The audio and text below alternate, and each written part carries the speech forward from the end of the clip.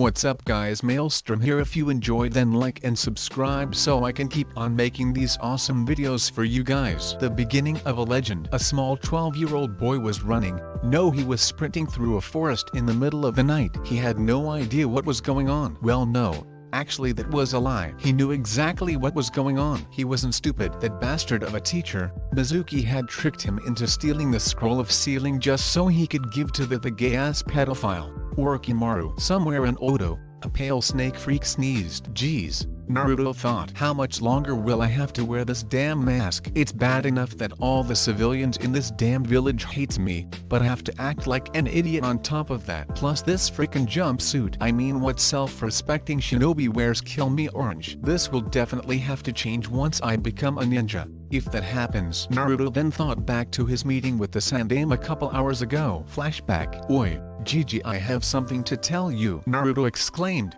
shining into the room in a great blast of fire. Naruto, how many times do I have to tell you not to do that? The paperwork might get burned, damn it. I hate paperwork. The Sandaime yelled very loudly. The hidden ANBU flinched at their leader's loud voice. Listen, you old geezer. I failed the last exam just like you wanted. Naruto then adopted his real face, a face of utter calm that betrayed no emotion. Mizuki wants me to seal the scroll of sealing. I think that somehow Orochimaru is involved. Every major attack in Konoha history in the last 25 years always leads back to him. Anyway, what do you want me to do? The Sandaime Hokage, Hiruzen Sarutobi, looked ill. He was actually starting to look his age. Naruto, he said, take the scroll and see what he wants. You have my permission to show your true strength and your bloodline against him under the condition that you kill him, of course. The traitor will die regardless of your actions. The Sandaime had asked Naruto to hide his true potential from all of his peers, except for one. In fact, that exception was also a lot like Naruto as well. Naruto's rank mission for the past 5 years was to act as the dobe and scope out true potential for the village. Alright Gigi, just give me the scroll and I will leave. Hiruzen tossed him the scroll. Naruto was just about to walk out when Sarutobi said, Naruto, you have my permission to learn a jutsu out of the scroll. It doesn't matter which one, okay? If Naruto was surprised, he didn't show it. Instead, he nodded his understanding. The ANBU in the room were flabbergasted. The Sandaime Hokage, the god of shinobi, was letting a not yet genin learn a jutsu out of the forbidden scroll. Contrary to popular belief, the ninja section of Konoha respected Naruto immensely for being the jailer of the Kyuubi no Kitsune. Most of the ANBU in the room were part of Naruto's guard when he was a kid and had to be protected against the attacks of the retarded villagers. It was only some resentful chunins like Mizuki who hated him, besides the civilian section. But still, even if he was the surrogate grandson of the Hokage, and the son of another to have a child learn out of the scroll was unheard of. Naruto paused as he was about to exit the room. Anko ni-chan, Kakashi ni-chan, come with me in the forest. I think that there is more to Mizuki than meets the eye. He is not a standard chunin. Naruto left in the same way he came,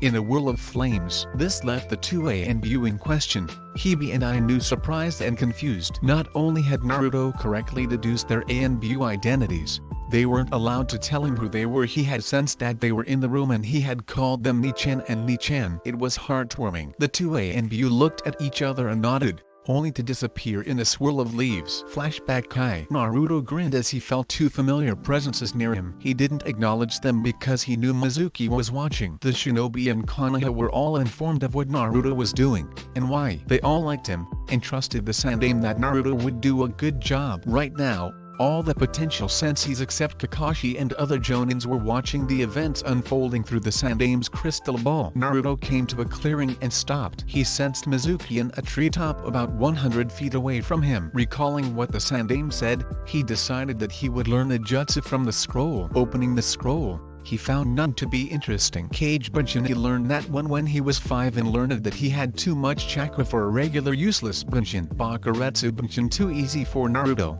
He had already made his own variation out of it. Less explosive though. The Bunshin's body would explode in 1,000 sakura petals, each as sharp as a razor. He had used this variation when Akumo-nin had tried to kidnap Hanabi Hiwaga 4 years ago when he was 8. Naruto found some more that looked interesting, but were really not. Hell, he had learned half of them years ago, mainly from Kakashi and Asuma. The two jonins were his surrogate brothers. Well, technically, Kakashi was his cousin. Sakumo Hotake was the cousin of Namake's Minato, But since both of them were orphans, the boy's uncle, Jiraiya, had raised them. They were as close as brothers, and the bond had been passed down to their children as well. Naruto thought as he looked at the scroll again. Shikifujin. That's what Dad used to seal Furball in me, eh, Kit? How many times do I have to tell you that I resent being called Furball? Did I forget to mention that Naruto knew about the Kiwabi since he was 4? No.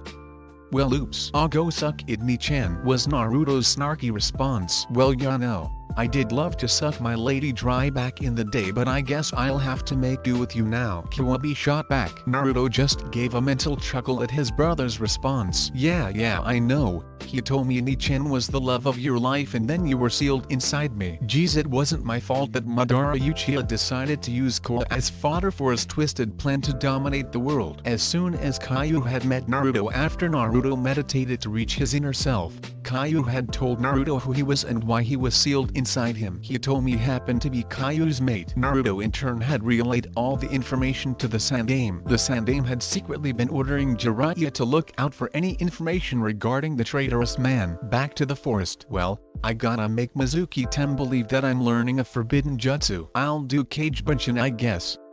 For the next hour or so it looked like Naruto was working very hard at mastering a jutsu, while in fact he was having an intense thumb war with himself. From the treetops Mizuki was watching the demon brat carefully. Yes, that's right Naruto, learn from the scroll. It's not like you will be alive later to use it anyway. Soon, my lord, the scroll of sealing will be in your hands and I will be rewarded beyond belief. Insert manic laughter here. Mizuki had been planning this little escapade 2 weeks before the Genin exams. Naruto had joined the academy when he was 7. Mizuki had periodically been placing genjutsus on his tests, to make him intentionally fail. Of course Naruto, being the damn genius that he is, told Sandaime Gigi all about what the bastard had been doing. In addition to the genjutsu, Mizuki had given Naruto rusty old kunai to throw and always sparred with Naruto himself to humiliate him further. The only reason why Naruto put up with the crap was because Hiruzen had given Naruto the S-rank mission of revealing all of Mizuki's dirty little secrets. They will be divulged later on. Just as Mizuki was about to tell Naruto what a good job he had done in getting the scroll of sealing, another presence quickly made itself present. Naruto! Iruka-sensei yelled. What the heck are you doing with that scroll? For a second Naruto had been confused as to why Iruka was here when all the shinobis in the village were informed of what Naruto was doing. Then Naruto realized that all the shinobis to him just meant some chunins, all the jonins, and the Anbu. Iruka must not have heard Naruto's mission, and came to confront him himself. Naruto quickly put on his stupid mask. Oh Iruka-sensei, you caught me. Ano-sa. Mizuki-sensei told me that if I learned a jutsu from the scroll, I could graduate. Ni, Honto-ka? Is that true? Said Naruto, feigning ignorance. Iruka, for his part, was flabbergasted. Mizuki had come to him earlier saying that Naruto had stolen the scroll of sealing. Iruka knew that Naruto was depressed that he hadn't passed, but to seal a forbidden scroll? That was preposterous. Iruka was frightened that perhaps the demon sealed inside of him was influencing Naruto into doing this. It also raised the question as to how the dead last had managed to steal something that had various barriers around it. Perhaps Naruto was more skilled than he let on. No shit, or that he had done his ridiculous Oiroke no jutsu on the Sandaime. He shuddered at the latter of the two. Mizuki? Iruka was very confused at the moment. Before he could say anything, Mizuki decided to make his presence apparent. Naruto, excellent job in taking the scroll. Now, please give me it so I can give it back to Sandaime-sama. We had this entire thing planned out for you so you can graduate. Having you learn from the scroll was the best way of developing your non-existent skills. In the Hokage's office, the Sandaime snorted. Mizuki had no idea what was going to become of him. Naruto would assure that. Ya know what, Mizuki-sensei, I don't really feel like it. This scroll is pretty cool and giving it to a stranger is against my morals. Everyone who heard the comments sweat dropped. Hiya. Don't make me laugh. What would a demon like you know about morals? Oi Naruto, do you know why everyone calls you a demon? Perhaps I should be the one to tell you. Wait Mizuki, no. It's against the law. A frantic Iruka cried. He had been assessing the situation in relative silence, thinking on what to do next. Iruka was in turmoil. Mizuki was one of his oldest friends since the academy who was making Naruto a pawn in a scheme that only God or Orochimaru knew. Iruka, you idiot, you can't stop me. Naruto, The reason why everyone hates you is because you are Kawaii no Kitsune. The Yondaime sealed him in you, and the Sandaime made a law that said that no one can talk about it. Naruto put on a horrified expression and began to roll on the forest ground in what looked like uncontrollable fury. But it was actually badly restrained mirth that was coming out. No, how is that possible? Is that why the village hates me? Is that why I have massive stomach pains when I eat too much ramen? Then, am I really a monster? Naruto's expression changed to a stormy visage. That's what you expected me to say, isn't it? Well, newsflash, asshole.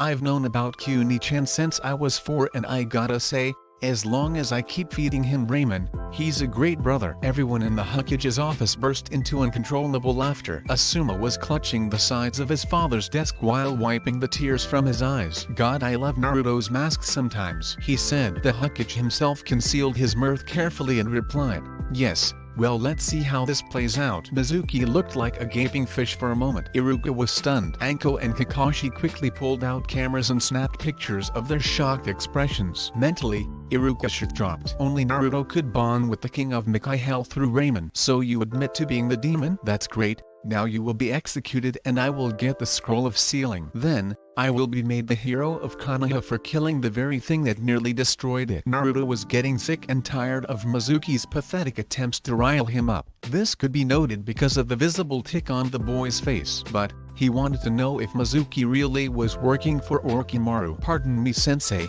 He snarled the word with contempt. I am not adequate with sealing jutsus. That's a lie. But if a kunai is sealed into a scroll, then does that really mean that the scroll itself is the kunai? No. The kunai and the scroll are completely different, and it would be best if you and the pathetic civilians in this village learn that. However, if the scroll is opened, the kunai will be unleashed and wreak havoc on its victim. Am I correct? Neither Mizuki nor Iruka could find any flaws with his logic. Iruka was startled by the many revelations that Naruto had made. He was certainly not the hyperactive blonde that he was thought to be. This Naruto was calculating and shrewd, like a true shinobi. Mizuki was growing impatient with the brat. He took out a syringe and a vial of purple-looking liquid from a flap in his tuning vest. He took the syringe and inserted it into his wrist. Naruto felt a dark presence entering Mizuki's system. Cautiously, he took a whiff of the air and became alarmed. The stuff smelled like Anko, like snakes. But it was stronger, much stronger. It reeked of death, despair, anguish, and surprisingly little boys. Shit, Naruto cursed. Mizuki was growing stronger by that stuff, and things just got a lot more complicated for the blonde. Kakashi and Anko was worried for Naruto. They knew that they had to step in sooner or later, but what Naruto had said earlier stopped them. Flashback no jutsu. Hajime. Oi, Naruto, why did you want to see us? Kakashi asked with his usual smile. Anko stood beside Kakashi as well, waiting for an answer. Ni-chan, Naruto began very serious. I asked both of you to come with me because I trust you with my life. Kaka-ni, you are my brother, and Anko-ni, I'm pretty soon you will become my sister. Legally, Kakashi and Anko looked at each other, bewildered. Then Kakashi blushed furiously as Anko turned as violet as her hair. Ma, Naruto, you know Anko and I don't have that kind of relationship yet. Kakashi said. Oh really? Then why did I hear you moaning and groaning her name in the bathroom over and over again? For like half an hour, all I was listening to was Anko. Aw Anko, why are you doing this to me? And so on. Be quieter the next time you do something like that, Naruto retorted. Kakashi wanted to bury himself under all of his porn books, never to be dug out again. Naruto, I'll pay you back tenfold one day. Anko didn't know whether to be appalled or flattered that the silver-haired wolf was a hem, thinking happy thoughts about her. Though now that I think about it, she mused, he is quite the looker. If only I could see what was beneath that mask of his, or maybe even lower.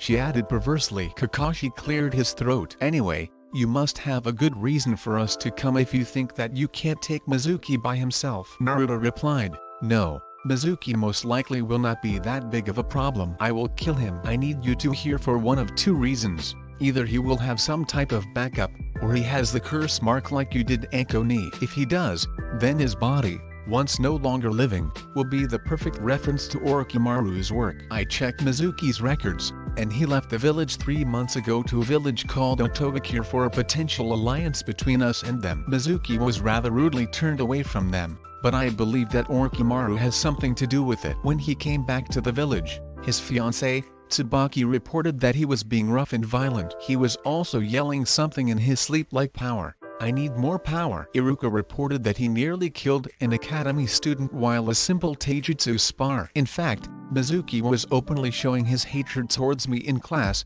and placing all of my tests under high-level genjutsus that were somewhat difficult to break. Not to mention that he smells strongly of snakes. Q's nose dies just standing around him. His aura is becoming dark and malevolent, something where someone has to be influencing him. If it had been anyone else but those two who had heard what Naruto has said, they would have been floored. However, Kakashi and Eiko knew of their Naruto-chan's intelligence. Kakashi nodded and said, "So what do you want us to do? I want you to trust me. Just watch my back, please." "This is your little brother asking." Kakashi I smiled and Eiko ruffled his hair. "Why, of course, Naruto-chan. Who are we to deny our little darling Otaro little brother anything?" Anko said. Naruto grinned his foxy little grin and exclaimed, "Thanks guys, you're the best." Kakashi watched as he ran off into the distance, clutching the forbidden scroll. "Ni, Oji-san, Oto-san, what would you say if you saw Naruto now?" "So Kakashi, what was it that Naruto-chan said about you jacking off to me?" Anko asked sultrily. The look in her eye was that of a predator to her prey. So Kakashi did the only thing that any man would have done in his place.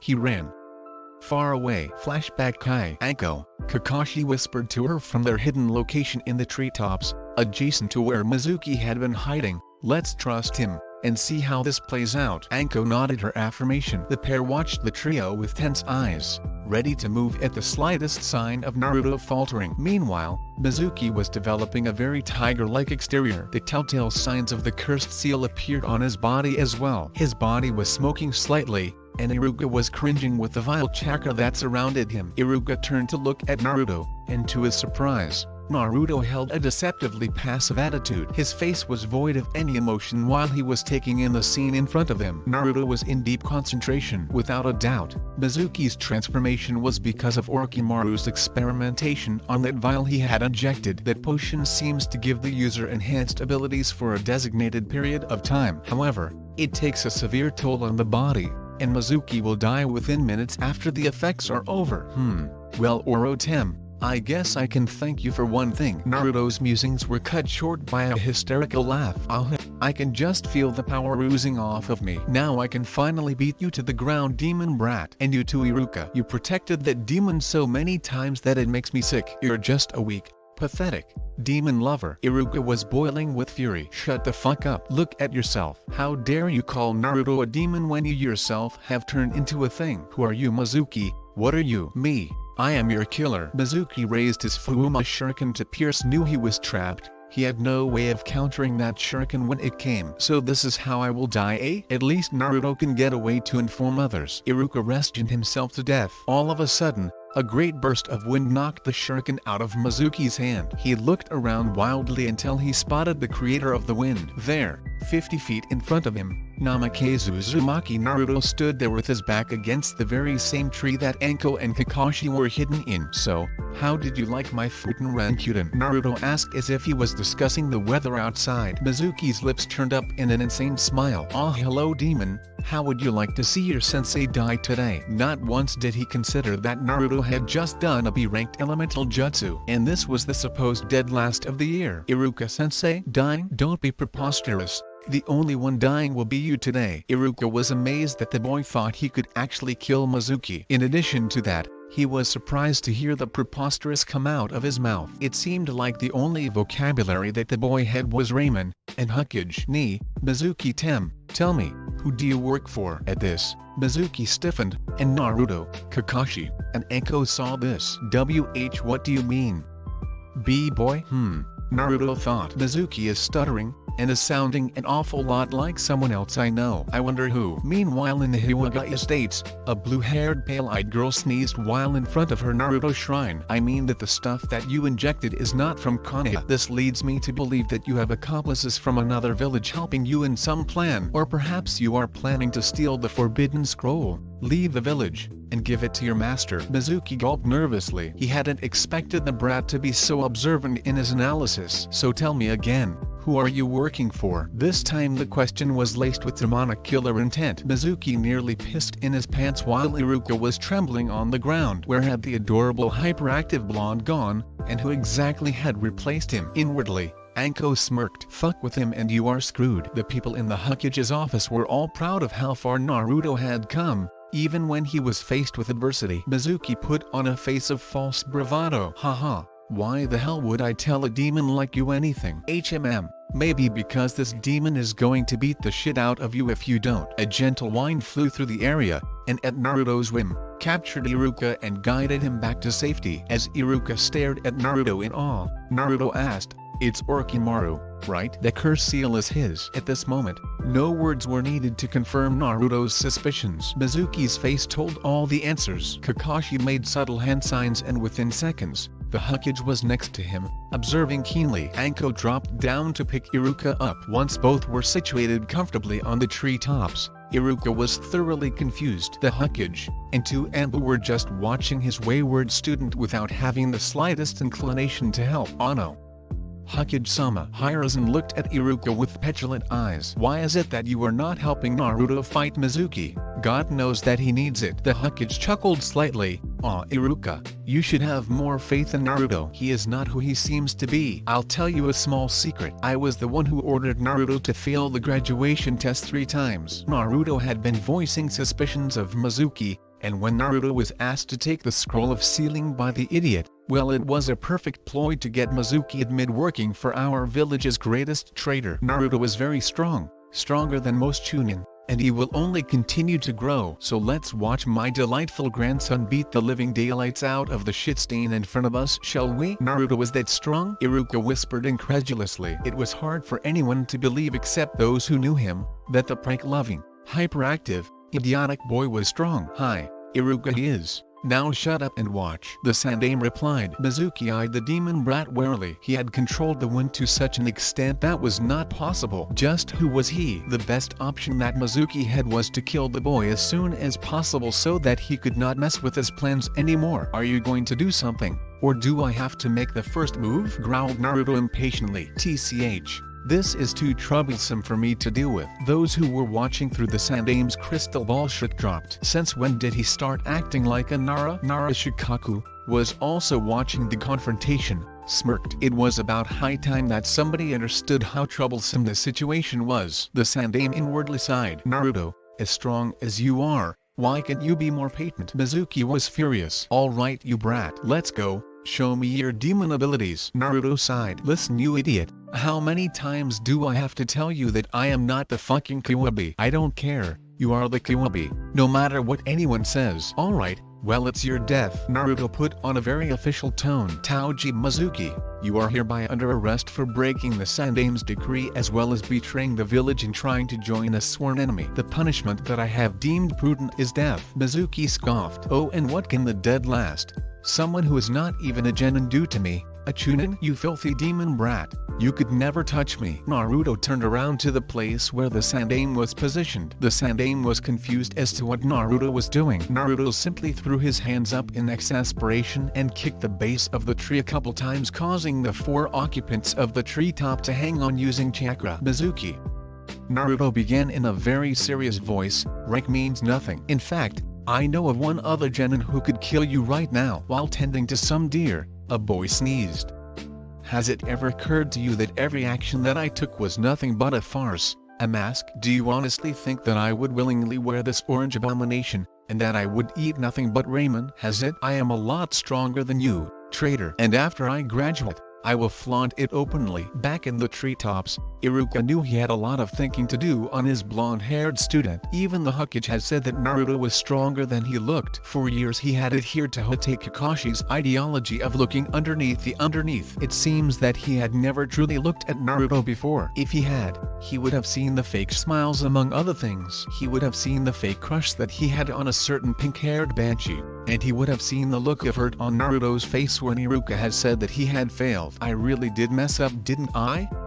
Iruka thought ruefully. From now on, he would be at Naruto's side for as long as he lived, this he vowed. Prove it then, demon. Mizuki's voice broke Iruka out of his stupor. Prove that you can kill me. But wait, you can't. You are just talk. You are nothing. You are the scum that resides beneath my feet, and I intend to put you in your rightful place, demon. You just made the biggest mistake of your life, Mizuki." This was the thought of all of the onlookers. "HN, is that so?" Naruto said in an uncanny imitation of Uchiha Sasuke. "Well then, let me show you just what I can do." With a single hand motion, hundreds of Naruto clones appeared. Kage Bunshin no Jutsu. Mizuki was slightly scared at the thought of the Kage Bunshins. Slightly was the key word. "Hey, brat, so this is what you learned from the scroll, is it?" One of the Naruto clones picked his ear and looked at his finger.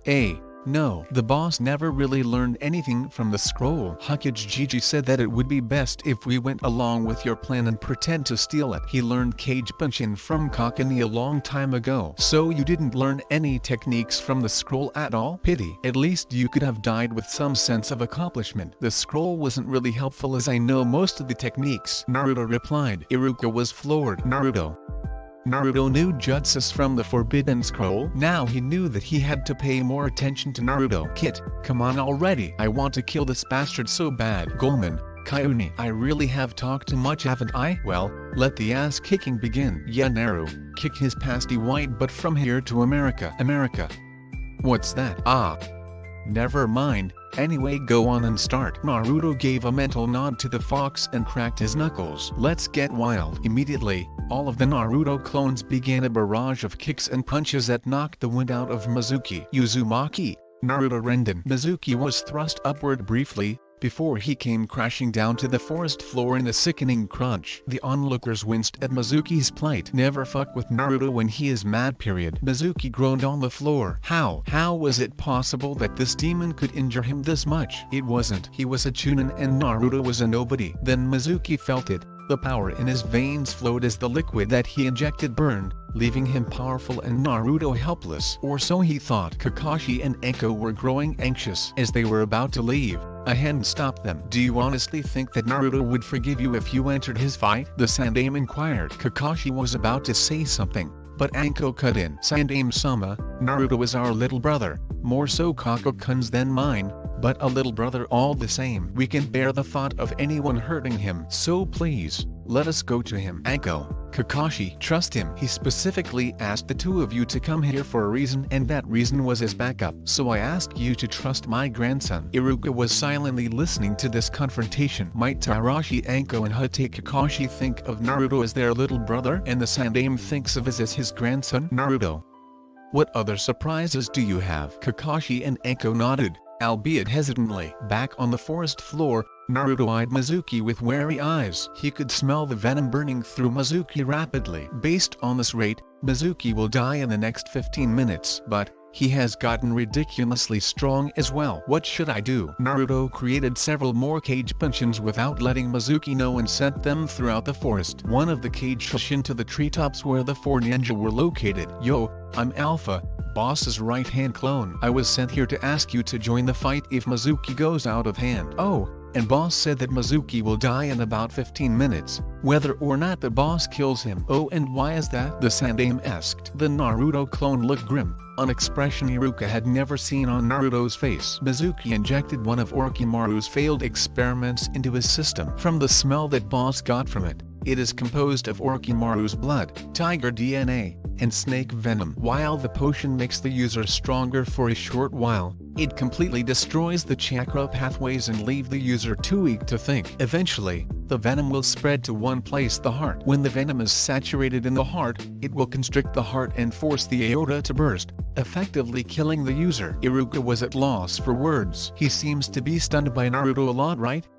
"Naruto, how exactly do you know this?" he asked. The Naruto clone looked at Iruka critically before his eyes softened a bit. "Goemon, Iruka-sensei, I guess you are not used to this Naruto, are you?" Iruka shook his head. The Naruto clone continued, "For the past 3 years, the boss and several Jonins have been researching Orochimaru's experiments. Something big is about to happen and we know it. With the information we acquired, it was possible for us to remove Ankoni's curse mark. The seal reacts to the user's emotions and will. Ankoni never used the seal willingly, so there was no taint in her chakra. The more taint there is, the harder it is to remove. Plus, Hers was the prototype, which means all other curse seals are modeled after hers. It also makes it the weakest seal, thus it was easier to remove. Iruka looked at the others incredulously, but they all nodded and told him that Naruto's story was 100% true. Naruto, could I ask you a question? Go on, Iruka-sensei. If you are this strong, then why hide it from us? Why did you fail the exam 3 times? Naruto's face darkened. As the boss would say,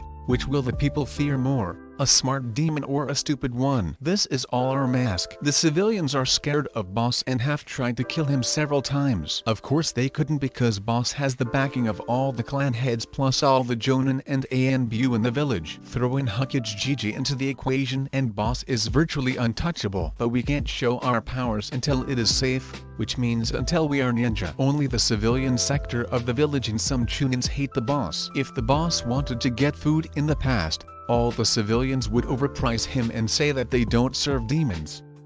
The Boss only shops in Shinobi-owned store plus Ikaraku Ramen, which is the only civilian store that will serve him. He openly loves the 2 working there, and many shinobis eat there because of Boss. Iruka bowed his head in shame. He remembered when Naruto had first entered the academy. No instructors paid attention to him, and Iruka admitted that he was one of them. He used to hate Naruto for something that Naruto had no control over. But as the years passed, Naruto grew on him like a little brother. Today he learned that the Naruto he knew was not the real Naruto. He wanted to know the real Naruto better. Naruto saw the look that Iruka had. Iruka-sensei, it's alright that you couldn't see through my mask. Only those extremely close to me can like those 3. I have many secrets that only the most trusted Jonin and Anbu are privy to. So don't beat yourself up. Hi, Naruto, arigato. Naruto just smiled in response. Meanwhile, the real Naruto and Mizuki were engaged in a heated fight. Naruto figured that Mizuki had about 5 or 6 more minutes to live. Futen,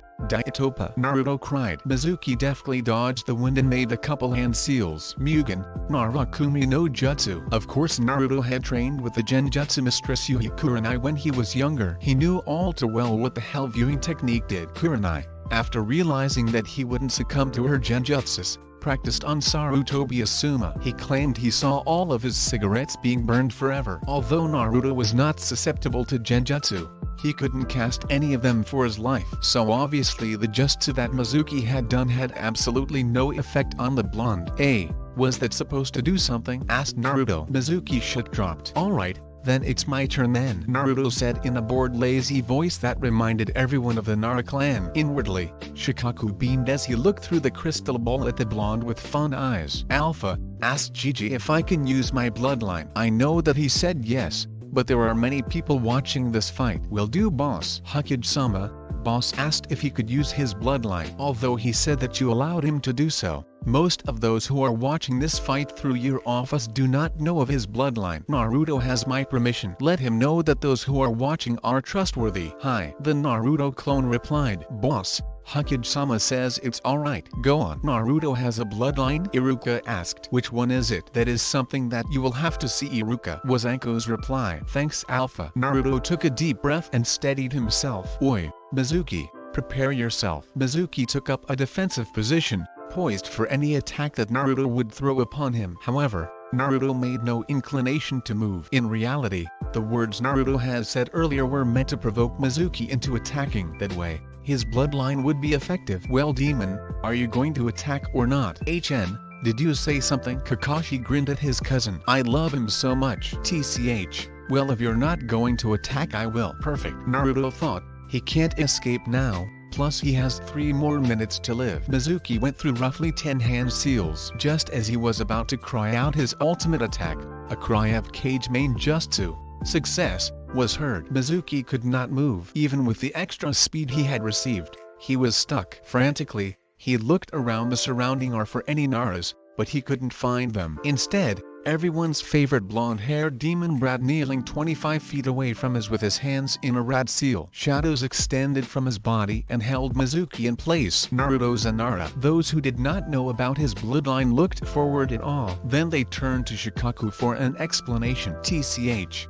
this is troublesome, but yes, he is. His father was my half-brother. Same father, but different mother, although his mother did hold Nara blood as well. Naruto is my nephew and Shikamaru's cousin. The entire Nara clan knows of this, and we have adopted both Hate Kakashi and Uzumaki Naruto into our clan. Kakashi is also my nephew, as Sakumo was my brother's cousin, making him my cousin as well. The Nara blood runs strong through Naruto. He has made us all proud. Shikaku finished with obvious pride in his others couldn't help but agree. Elsewhere in the forest, Iruka was shaking. Naruto had a Kekai Genkai, and the Nara limit at that. Sandaime-sama, did Naruto get that because of the Hokage? Sensed what he was asking. No, Iruka, it is not because of Kawabe. Naruto is part Nara, so he had their bloodline. His father did not have it, but he passed it on to Naruto. Iruka nodded and fell silent at his leader's explanation. Naruto was the most unpredictable ninja, that was for sure. Mizuki was scared. No, he was terrified. The demon brat had a bloodline,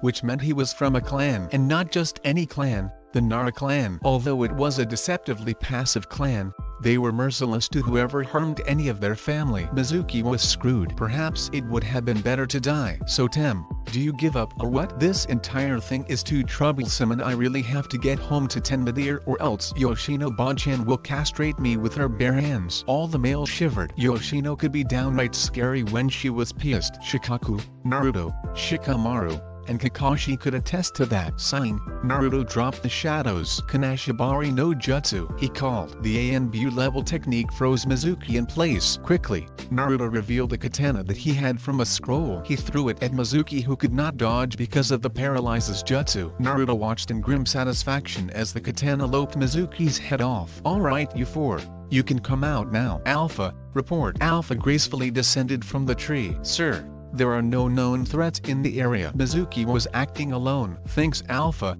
you and the others can dispel yourselves now. Alpha gave a quick salute to his boss and vanished in a poof of smoke. Kakashi, Anko, Iruka, and the Sandaime also came down on Naruto. Good work. But tell me, what will you do with his body? The Sandaime asked curiously.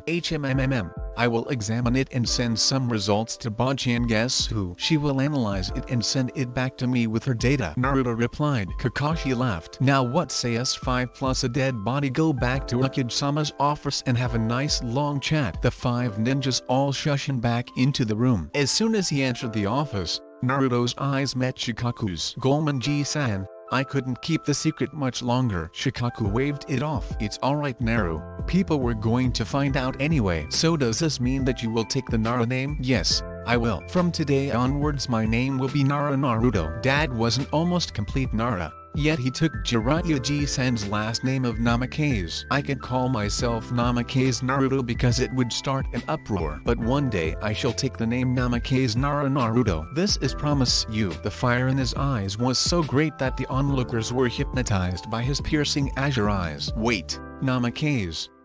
Then does that mean? Iruka never finished his thought. Hi Iruka-sensei, Namikaze Minato, or the Kiroi Senko as well as Uzumaki Kushina, the bloody red habanero were my parents. Think about it, do you really think that Dad would let any other parent bear that burden? No. Mom and Dad knew what they were doing. My mother was the previous container to the Kawabe as well as the grandniece of the Shodaime Hokage's wife, making her his grandniece as well. Only those of Senju or Uzumaki blood can hold tailed beasts properly. So in essence, I am the living relative to 3 of the 4 Hokages, 2 Sanins, the Nara clan, and Hate Kakashi. Not to mention that since the Uzumaki clan was a branch of the Senju, I am the last of Whirlpool royalty. For those in the room who didn't know of Naruto's impressive lineage, it was quite the surprise by the implications of what that meant. Naruto was basically village royalty, although the damn villagers could and probably would never see that. The others chuckled at the priceless expressions on some faces. Naruto never failed to disappoint them. The Hokage cleared his throat. Yes, well Naruto, now that everyone knows your exceptional lineage, it is time we decide your rank as well. Clearly you are a very talented ninja. Would Elite Chunin be good for you? In all honest Gigi, just put me a genin. All eyes widened at this. Before any of you say anything, me becoming a Chunin will throw off the team numbers. At this moment there are 24 graduates, including me. If I am out of the equation, then that leaves an unbalance in the teams. So I have to be there. If I get bored or something, just promote me whenever. At that point, it would be easy to get another team member. Everyone was stunned at Naruto's humility. He would sacrifice his own superior rank to keep the teams intact. He was more like an angel than a demon. Hiruzen smiled sadly. Okay, Naru-chan, a genin it is. But I order you two things. Hi. Naruto snapped to attention. You and Shikamaru must start showing your intelligence and true powers. That includes dropping your henge. Secondly, if I see you wearing the slightest bit of orange, you are out of a ninja career. I think I might ban orange from all the stores. Gigi, you are absolutely right. This orange monstrosity is driving me insane. And the hens, are you sure? Well, of course. You'll look more like your father with it, and if you run into Iwanins, they most likely will add you in the bingo book as the Dame Kiro Isenko. Second yellow flash. Iruka felt as if he were out of the loop. Naruto, if you're wearing a hens, how come no one can see through it? Naruto replied, I'm not really sure, but I think it has something to do with Kayuni being stuck in my gut. Kitsunes were always known for their prankster ways, and a solid henge is one of them. It's partially how I did all my pranks. That and I am a god at stealth. I hid from ANBU in plain sight in orange, for crying out loud. ANBU has an entire course designed to catching me. But it's only you who ever catches me. It's pretty amazing. Iruka rubbed the back of his head sheepishly. Yeah, well, it's like I can sense exactly where you are. My senses zone into you. The Sandame and others made a mental note just to ask Iruka anytime Naruto pulled a major prank like he did back in the day, such as having the entire village's water supply turn pink and blaming it on the Harunos. Iruka-sensei, do you honestly think that I was some scrawny little kid who only ate ramen when I had Kaka ni, Anko ni, Gai ni, Asuma ni, Kurenai ni, Harit ni, and Yagao ni as my teachers? You were taught by elite jonins? A random jonin who had watched asked. Yeah, that was a simple answer. Anyway, Kai, in front of around 50 people crowded in the Hokage's office, stood a Naruto who was taller by about 5 and the same height of Shikamaru, with intense azure eyes. His blonde hair was slightly darker and longer, and fell out in long bangs that framed his face. Think his dad's hair. His build was muscular, but not overly so. He was not the scrawny boy who Iruka has caught in all his pranks. He was a young man who was worthy of the shinobi name. He was the inheritor to the will of fire. Kit, did you see their faces? No, Dunny-chan, I look like the carbon copy of Dad. Of course they are stunned. Hiya, I got a mental snapshot of this. Now only if I could develop it somehow. Naruto mentally shit dropped. Yeah, have fun with that. Yosh, Naru-chan, your springtime of youth flourishes so brightly. Guy said yelled. Naruto smiled warmly at him. Although many would be put off by Guy's eccentric ways, Naruto knew it was a farce to mask the pain of losing his wife a year before the Kiwabi attack. Guy had a son somewhere, but he didn't know where. Guess who it is? Thanks Guy-ni. Your springtime of youth has not diminished one bit. It burns so brightly that it blinds everyone. Naruto and Guy struck identical nice guy poses and their teeth sparkled. Kakashi pulled Naruto to the side. Do not ever do that again or Enko will set Manda on you. Understood? A storm seemed to rage outside. Hi. Kaka-ni, stammered Naruto. Everyone except Guy laughed at his predicament. Guy went to go sulk in a corner with a sad aura emanating from him. Anyway, Gigi, do you know whose team I am going to be on? Naruto, why don't you tell me? Well, I am the dead last in the class, so most likely I would be with the rookie of the year and the top girl in the academy. So I guess that would be Sasuke and Sakura. And how about your sensei? That's easy. Kaka-ni would be our sensei because he is the only one who can teach Sasuke about the Sharingan once he activates it. Yes, very good. And how would your team turn out? In all honesty, it would fail. Everyone except the Sandame and Kakashi was surprised. Oh, why is that? Anko asked. Naruto turned to his surrogate sister. Sakura is the biggest Sasuke fangirl in existence. At least Ino only pretends to be, so that people will underestimate her. Sakura will blindly follow Sasuke anywhere. If he decides to leave the village, she would die for him. Additionally, she hates me because according to her, I'm annoying. Kakane's test will be about teamwork, no doubt. Sakura will work with Sasuke, but not me. Sasuke is a completely different story. I read the reports that Inoichi-san had on him. The boy is mentally unstable. He would kill his teammates to achieve his goals. You probably want me to be the team's son, and bring light to Sasuke, but he will never listen. At most, I will become his rival and then he will try to kill me. The other teams are more balanced. Hinata, Kiba, and Shino under Kurenai would be the tracking team. Ino, Shika, and Chaoji would be the parents' team under Asuma. My concern about Kurenai's team is that they do not have any heavy hitters, the ninjutsu specialists. The Hyuga do not do ninjutsu. The Ibaram rely on their bugs, but it takes too much out of them, and Kiba has a couple of combo attacks with Akamaru. But that's it. The team would not fare well against ninjutsu-based opponents. They need at least one ninjutsu person on their team. Many who did not know Naruto were fazed by how much thought he had put into this analysis in such a short time, Iruka included. Naruto, thank you for your insight. I dare say you and Kakashi should get home along with Shikaku, otherwise Yoshini-chan will kill me as well as you three. The Sandaime along with the three men in question shivered at the thought of their wife or aunt killing them. By Gigi, see ya tomorrow, and tell Ko that he has to work on his Oiroke no Jutsu. Naruto disappeared in a burst of flames. Shikaku and Kakashi followed suit. Oiroke no Jutsu? What's that? Gemma asked. That technique is Naruto's inner pervert coming out. He calls it the cage killer. Now he's teaching it to my grandson. We are also so screwed. The Sandaime shivered once more. The remaining people in the room shit dropped as they saw their leader cowering in fear from a 12-year-old boy's technique. Even if the boy could give most members in the room a run for their money. Shikamaru met Naruto at the front gates. Yo Naruto, how'd capturing the traitor go? He's dead now, so no worries. Anyway, Sandaime Gigi said that we had to show our real selves, not the mask that we created. Shikamaru gave him a once over. So that's why you dropped the hench? Precisely, Naruto answered. Let's go to bed. We have to go to the academy tomorrow. Oh, you should probably know that my name's Nara Naruto now. It was Dad's real last name, so it's alright. Shikamaru grinned. Good. So now you can start acting like one instead of the hyperactive idiot that you were. TCH, troublesome, but yes, Naruto replied, spoken like a true Nara. Let's hurry before Mom finds us. She might kill us. Both boys hurried into their rooms. Nara Yoshino stepped out of the shadows and muttered, I'm not that scary, am I? A bird dropped dead from the tree as she and her trusty frying pan went to go hit Shikaku over the head for letting her darling nephew take on an enemy by himself. Shikamaru and Naruto winced as they heard their dad-uncle's yells coming from downstairs. Yep, Nara Shikaku was whipped. Figuratively and literally. Genin team and the test. Naruto met Shikamaru at the breakfast table where Kakashi,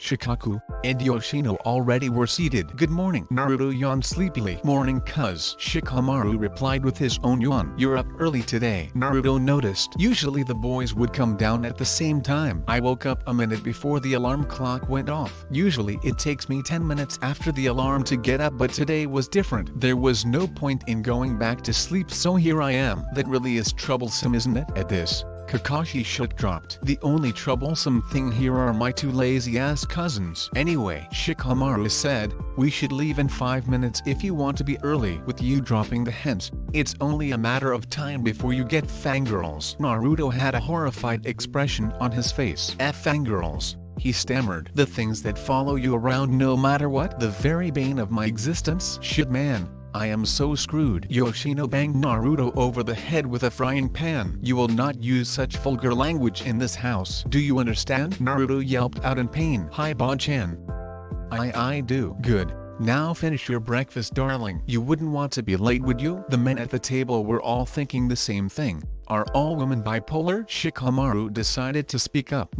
Kaka, do you know who our senseis are going to be? Kakashi I smiled. I do. The team assignments were given to me early this morning, but it's a surprise, so I'm not going to ruin it for ya. I'll forget it, Shika. We'll find out anyway. But I'm guessing there are slight changes from the teams that I thought up yesterday? Naruto asked his silver-haired cousin. Yep. Hokage-sama stated that you were right and decided to change the teams up. I have to go now, so I'll see you at the academy. Thanks for the meal, boss-an. Yanni. He disappeared in a puff of smoke. Shikamaru rose from the table. Naru, we should leave too. Alright Shika, let's go. The two of them disappeared in a swirl of leaves. Yoshino looked at Shikaku. Our two little boys are growing up so quick. The Shika-chan? That's right, Yoshi-chan. Although they will face hardships later on, those two are the future of Konoha. With Kakashi and the others to guide them, the two of them will become a force to be reckoned with. Naruto and Shikamaru startled Iruka, who was entering the classroom. The two of them, dead last and one above the dead last, were seated together in the back of the room with their heads down on the desks, appearing to be sleeping. But Iruka knew now to look underneath the underneath. He focused chakra to his eyes and saw that the two boys were conversing silently using A and B sign language. Shika, I'm hungry. Why didn't you get ramen before? Caillou was sleeping, so I didn't want any. TCH, that's troublesome. Wait it out. If Kakani is your sensei, Then you have a good 2 hours before he comes to get you. Eat then. Thanks cousin. You're so smart. I'm just as smart as you are, no? Hey. Whatever you say. After that the two Naras really did fall asleep. Iruka shit dropped. The two were using A and B sign language to talk about food. I guess Naruto really is a Nara. After about 10 minutes, more kids began to trickle in. No one seemed to notice a blonde and a brunette in the back of the room sleeping. That is until of course Ino, Chaoji, and Kiba entered the room. They had been told what Naruto had done yesterday. The three of them knew of Naruto's fuzzy little problem and lineage since they were kids. It never bothered them, especially after Naruto summoned the fur ball a couple years ago and Ino had glomped him. The fox was quite passive, and he only helped Naruto. Ino saw their two friends. Hey guys, she whispered. Naruto's dropped the henge. He's not wearing that orange thing anymore either. The two boys looked at their sleeping friend. Indeed, he had ditched the orange jumpsuit and was now dressed like a true shinobi. He had on black shinobi pants and a long-sleeved navy blue shirt that had the Uzumaki spiral on the arm. The spiral showed the closeness of the Senju and Uzumaki. It made Naruto feel proud of his lineage. His pants had several pockets in them that held things ranging from senbon to sealing scrolls. His kunai holster was wrapped around his left leg. All in all, he looked like a true shinobi. The trio walked up to them. Ino gently shook Naruto awake, while Chaoji did the same thing to Shikamaru. The Nara cousins awoke groggily to see the face of their three oldest friends. Naruto broke the silence. Yo Mina, ready to rock the ninja world? You bet Naruto, Chaoji said. By the way, why did you drop the henge now? Naruto sighed. Orders, my friend, orders. Shikamaru and I have to show our true powers, albeit slowly. Sandame Gigi demands it from us. Speaking of which, Ino, are you going to stop acting like a Sasuke fangirl yet? Ino laughed. Of course Naruto, did you actually think that I will still pretend to like that Gaemo after I became a kunoichi? I'm not Sakura. True. You are the only respectable kunoichi in our group. Sakura has no skills and Hinata. She has no backbone. You on the other hand, you are not afraid to speak your mind and you pack a mean punch. Naruto said. Ino smiled at her friend. Thanks Naru, that meant a lot to me. Naruto grinned his foxy grin in return. So, do you know whose teams we are going to be on? Kiba asked. Shikamaru answered. No, not really. Naruto, after his escapade yesterday, voiced his opinions on the preordained teams and apparently they got switched around. Chaoji looked at Naruto in awe. Whoa, Naruto, you really did that? HMPHF. It was troublesome but yes. The three non-Nara shit dropped. Naruto, you really are a Nara, aren't you? Ino commented. Of course I am. My name is Nara Naruto after all. This surprised the three non-Naras. Really? So you've taken a clan name and all? Kiba asked. While having my mother's family name is great, I really am a Nara, so yes, my name is Nara Naruto. At that moment Sakura walked in the room looking for her Sasuke-kun. When she couldn't find him, she looked for Ino, but she couldn't find her either. Why? Ino had done a simple genjutsu that let her blend in with the background. While the four boys tried to hold in their laughter, Sakura shrugged and sat down in an empty seat. Sasuke walked in a few minutes later with his duck-butt hairstyle that almost all the girls seemed to love. The boys would never know why. All at once the girls started squealing, with the pink-haired one being the loudest. Oh Sasuke-sama, please marry me. Sasuke-kun, give me your children. Sasuke-sama, take me now. The last one disgusted many. They were only 12 for Kami's sake. Sasuke probably wasn't even fertile. Plus he was gay, so what was the point? Naruto and Shikamaru got identical evil grins on their faces. The two looked at each other and simultaneously whispered, Kage main jutsu. Success. Two shadows shot out of them and controlled the actions of Sasuke and Sakura. The two in question were moved forward by a seemingly unknown force called Shikamaru Konrutu. Sasuke and Sakura slammed into each other with their lips touching. A collective gasp was heard from the girls in the room. Sasuke was appalled at himself for doing something so disgusting. Sakura was on cloud 9 billion. Her Sasuke-kun had kissed her. No words could express what she was feeling, so she did what any respectable kunoichi did. She fainted. Iruka was watching all of this with an amused eye. He had seen the two Naras use their bloodline, and it was quite funny. Meanwhile, in the Hokage's office the Jonin instructors were cracking up. Damn Kakashi, your cousins sure are diabolical, aren't they? Guy asked. Kakashi wiped the tears out of his eye. You say something? No. Curse you and your hip ways, Kakashi. my eternal rival. Iruka decided that enough was enough in his classroom. Shut up, he roared using his big-headed jutsu. Sensei, where is Mizuki-sensei? Asked a newly revived Sakura. Iruka cleared his throat uncomfortably. Mizuki-sensei turned traitor to us and tried to steal the scroll of sealing. Another gasp was heard throughout the room. Mizuki-sensei was a traitor? So where is he now? Asked a random kid. He's dead. Iruka replied grimly. That stunned all the kids except for Ino, Shikamaru, Naruto, Kiba, and Choji. Right, so let's get back on track, shall we? Iruka said, sensing more questions. It's time for your team placements. Team 1.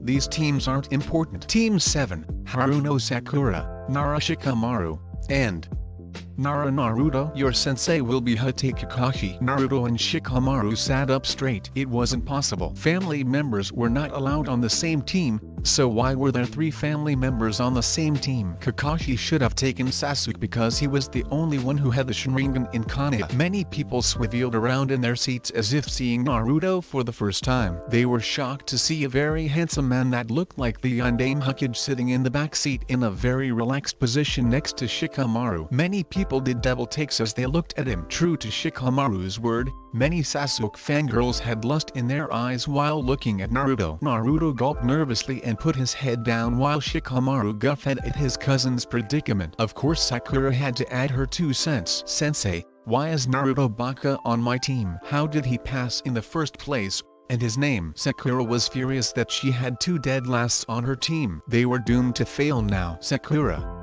Iruka started patiently. Naruto's test was messed up so he never failed. As for why he is on your team, the teams were decided by Sandaime-sama, not me. I was also surprised by this. And his name? You will have to ask him yourself. Sakura shot a glare at Naruto who smiled pleasantly at her. Team 8, Uchiha Sasuke, Inizuka Kiba, and Hiwaga Hinata. Your sensei will be Yuhi Kurenai. Sasuke looked indifferent. He was happy that he didn't have fangirls on his team. Outside of her pitiful exterior, Hinata was fuming. How dare they don't put me with my Naruto-kun, they will all pay CHA. Kiba on the other hand, was crying tears of pain while Ino comforted him. Why did he have to get stuck on a team which consisted of a boy incapable of saying 2 words, and a girl who no one could understand because of her enormous stutter? Meanwhile in her seat in heaven, Kami was cackling madly at the predicament of the poor boy. A gust of wind flew around her, making her hair wild. She looked like Medusa when she was PMSing. Her subordinate slowly inched away from her, hoping that she would calm down or else the second coming of the Kiwabi would happen. Team 9, Abiram Shino, Yamanaka Ino, Akimaki Choji. Your sensei is Sarutobi Asuma. The 3 of them looked at each other and gave silent nods of approval. Naruto decided that some matters had to be put to rest. Excuse me Iruka-sensei. The entire class turned to face him. If I'm not mistaken, family members are not allowed to be on the same team, so why are myself and Shikamaru, who are cousins, on it? Plus Kakashi. Oi, Naruto, don't complain. At least you have 2 people on the team who love you. Kiwabi decided that he had to be heard. That's true Ni-chan, I shouldn't complain. Naruto, I can answer that question. You have to ask the Hokage. Naruto nodded. Well then, wait for your senseis who should be there shortly. Iruka concluded. Asuma and Kurenai entered the classroom. Kakashi was nowhere to be found. The 2 elite Jonins turned to look at their 2 favorite Genins. Yo Naru-chan,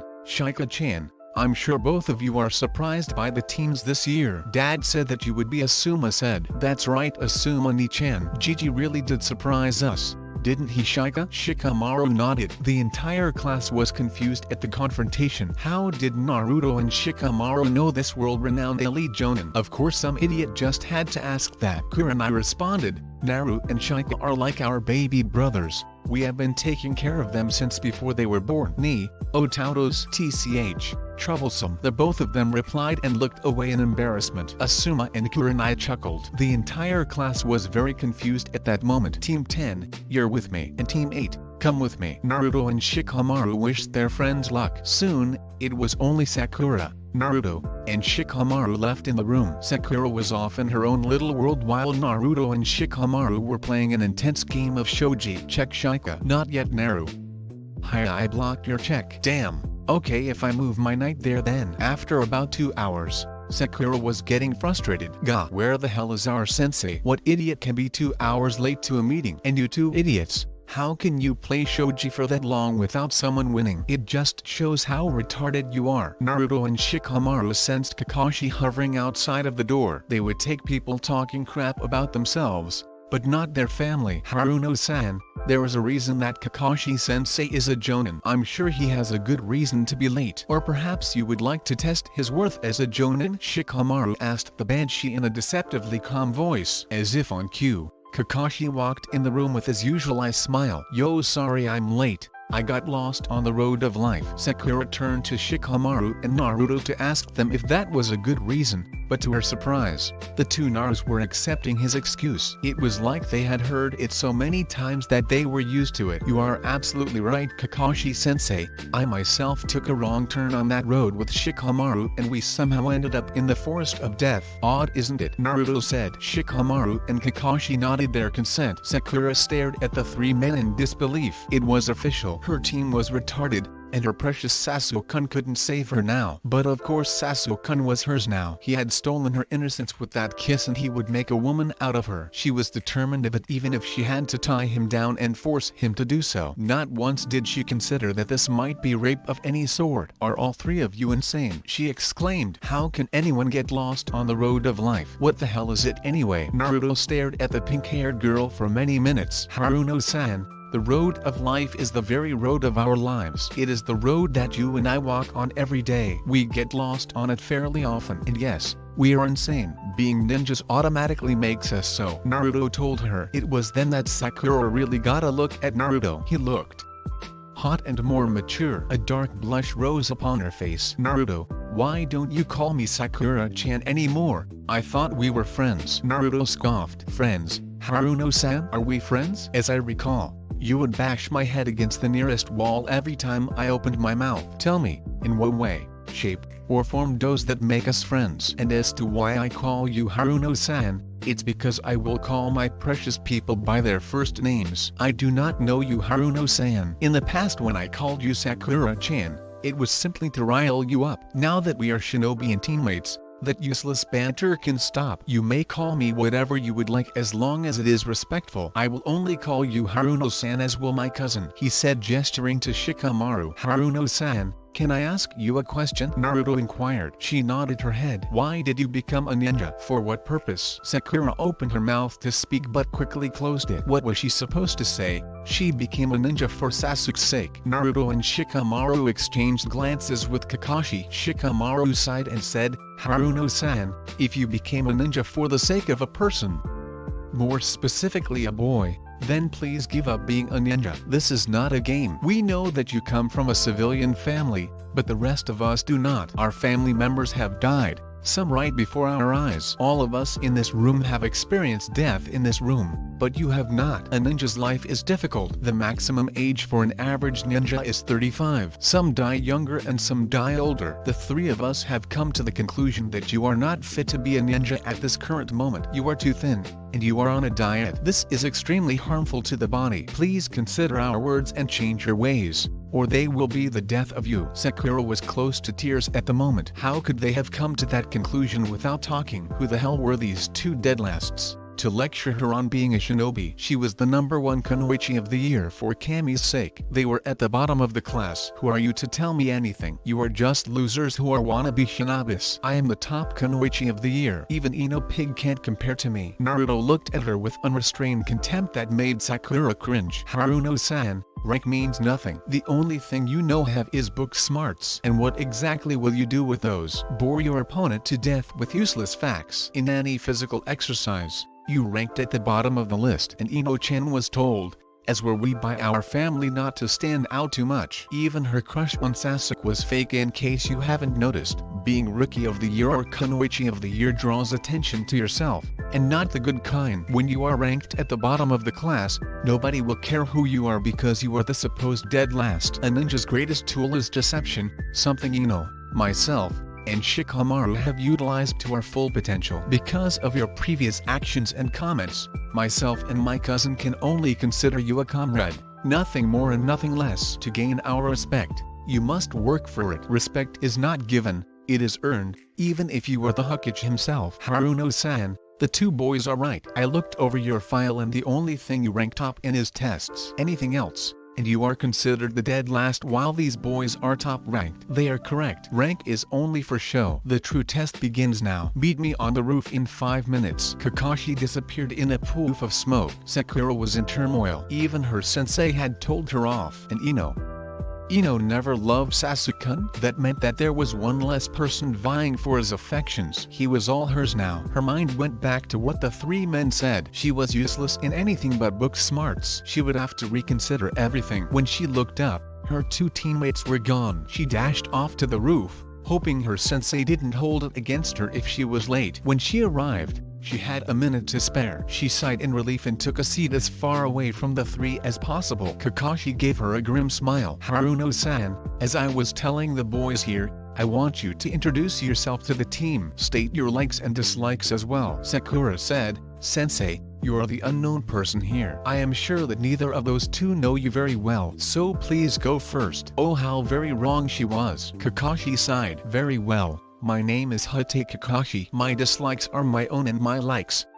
You are too young to hear that. Naruto made a coughing sound that sounded very similar to echo, and Kakashi was grateful that his mask was in place or he would have looked like a blushing girl. You next, Pinky. Sakura growled at her nickname. My name is Haruno Sakura. I like reading and adding on to a certain collection of mine. My dream is to become a certain man's wife. His name I will not say. I dislike those who look down on me and Ino pig. She ended her rant with a fangirlish squeal. The men shook dropped at this. If it was not obvious that Sakura was a fangirl, it was now. She had just insulted all three of them, and they were hating her more by the minute. Kakashi nodded. You next, Shikamaru. TCH. Troublesome. My name is Nara Shikamaru. I like my family, tending to the deer, cloud gazing, friends, and surprisingly training. I dislike fangirls and anyone who disrespects my family. He gave a small glare to Sakura. Naruto, you next. Hi. My name is Nara Naruto. I concur with everything Shika said. Kakashi gave a small eye smile. Well, the three of you should know that the real Genin test will begin tomorrow at 6 o'clock sharp. What you took today was simply a practice one. Out of the 24 graduates,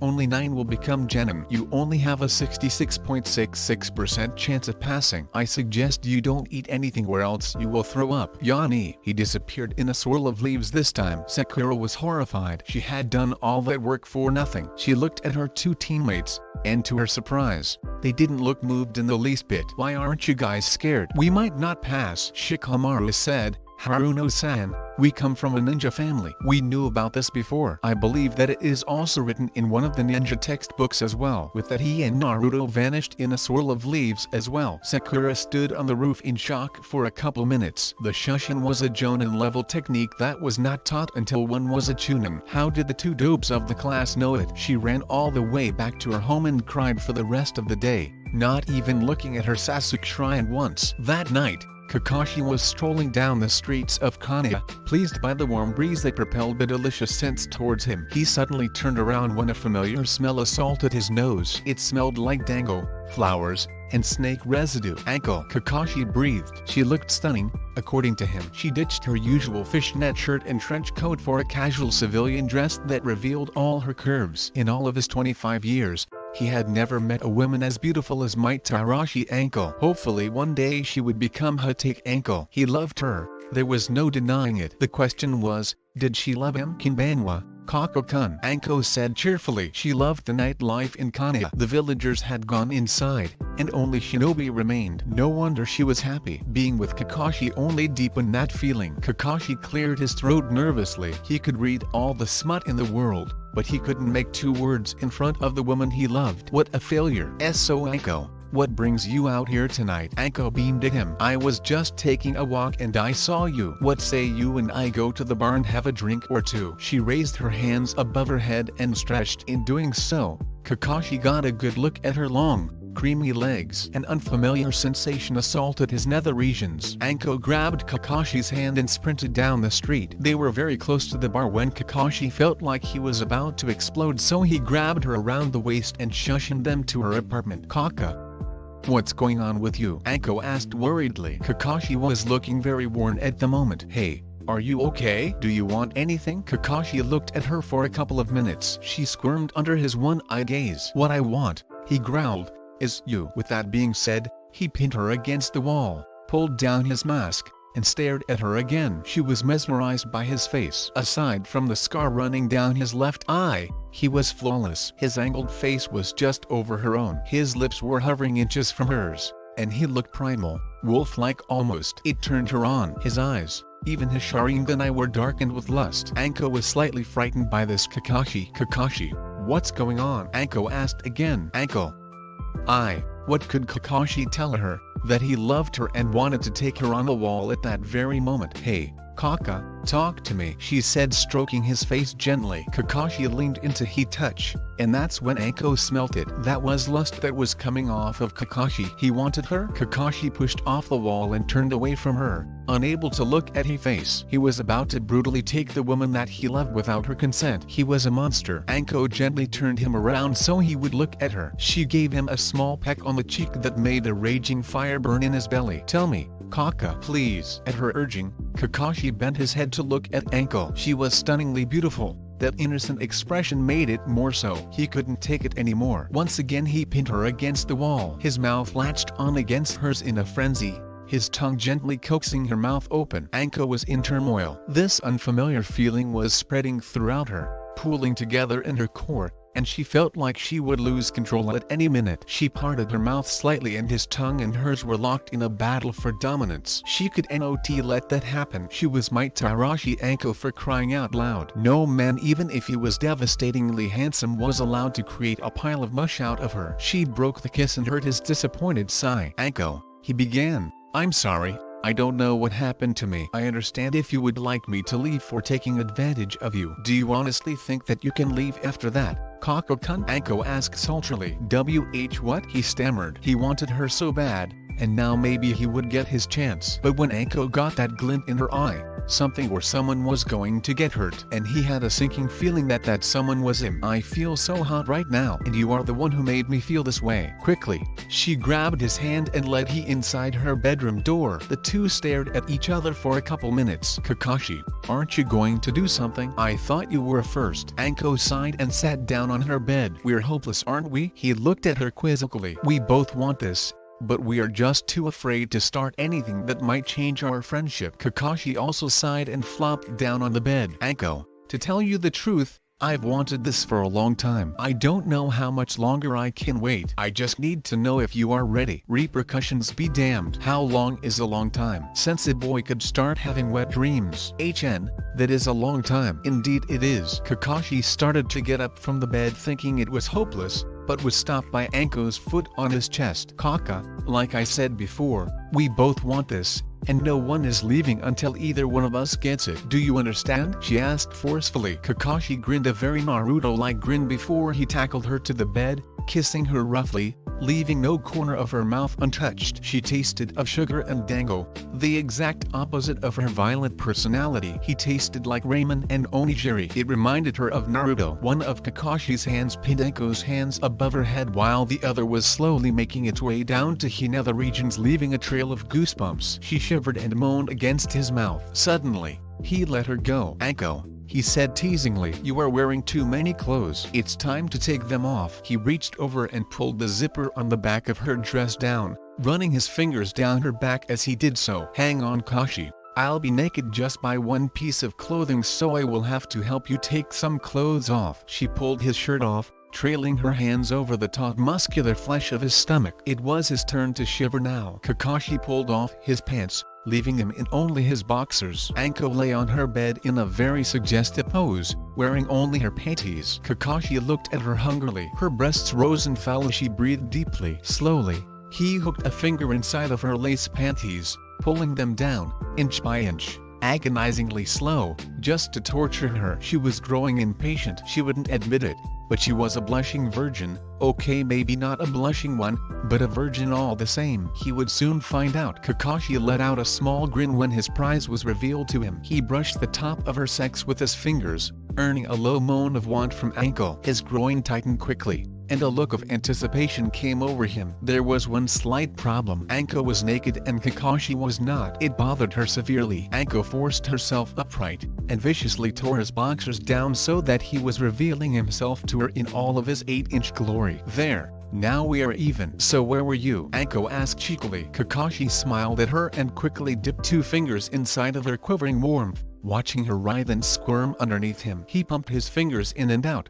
causing her wetness to grow to exponential levels. Kakashi smirked. He was going to bring her to the edge and stop. Before he could put that plan into action, Anko grabbed his hand and flipped them over so their positions were reversed. She grasped his length and gently pumped it, earning groans of pleasure from him. He reached up and pulled her face down towards his, where they met in a searing kiss. Anko, Kakashi gasped. I need you now. Forget foreplay, we'll do it next time. I want to be in you now. This time, Anko did blush as she was flipped over once again, looking up into her soon-to-be lover's mismatched eyes. Kakashi was hovering over her with his knees in between her legs, his member poised at her entrance. She saw tender love in his eyes and she knew in that moment that Kakashi would never hurt, so she would trust him completely. Kakashi, Anko stammered. It's my first time, so please be gentle. Anko admitted with a blush that could rival Hinata's. Kakashi gave a small laugh. Anko, I've never done this either, but I'll try my best. With that being said, he penetrated her barrier with a single forceful thrust. She gasped out in pain, tears spilling down her face. Gently,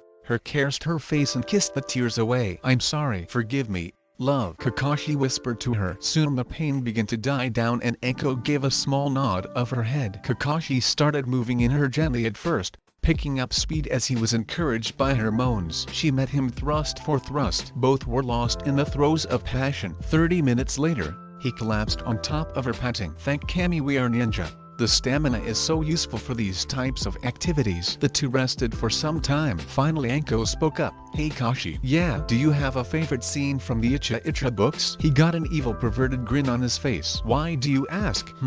I was thinking we could try some oof. Anko couldn't say any more as Kakashi got her ready for round 2. Then 3.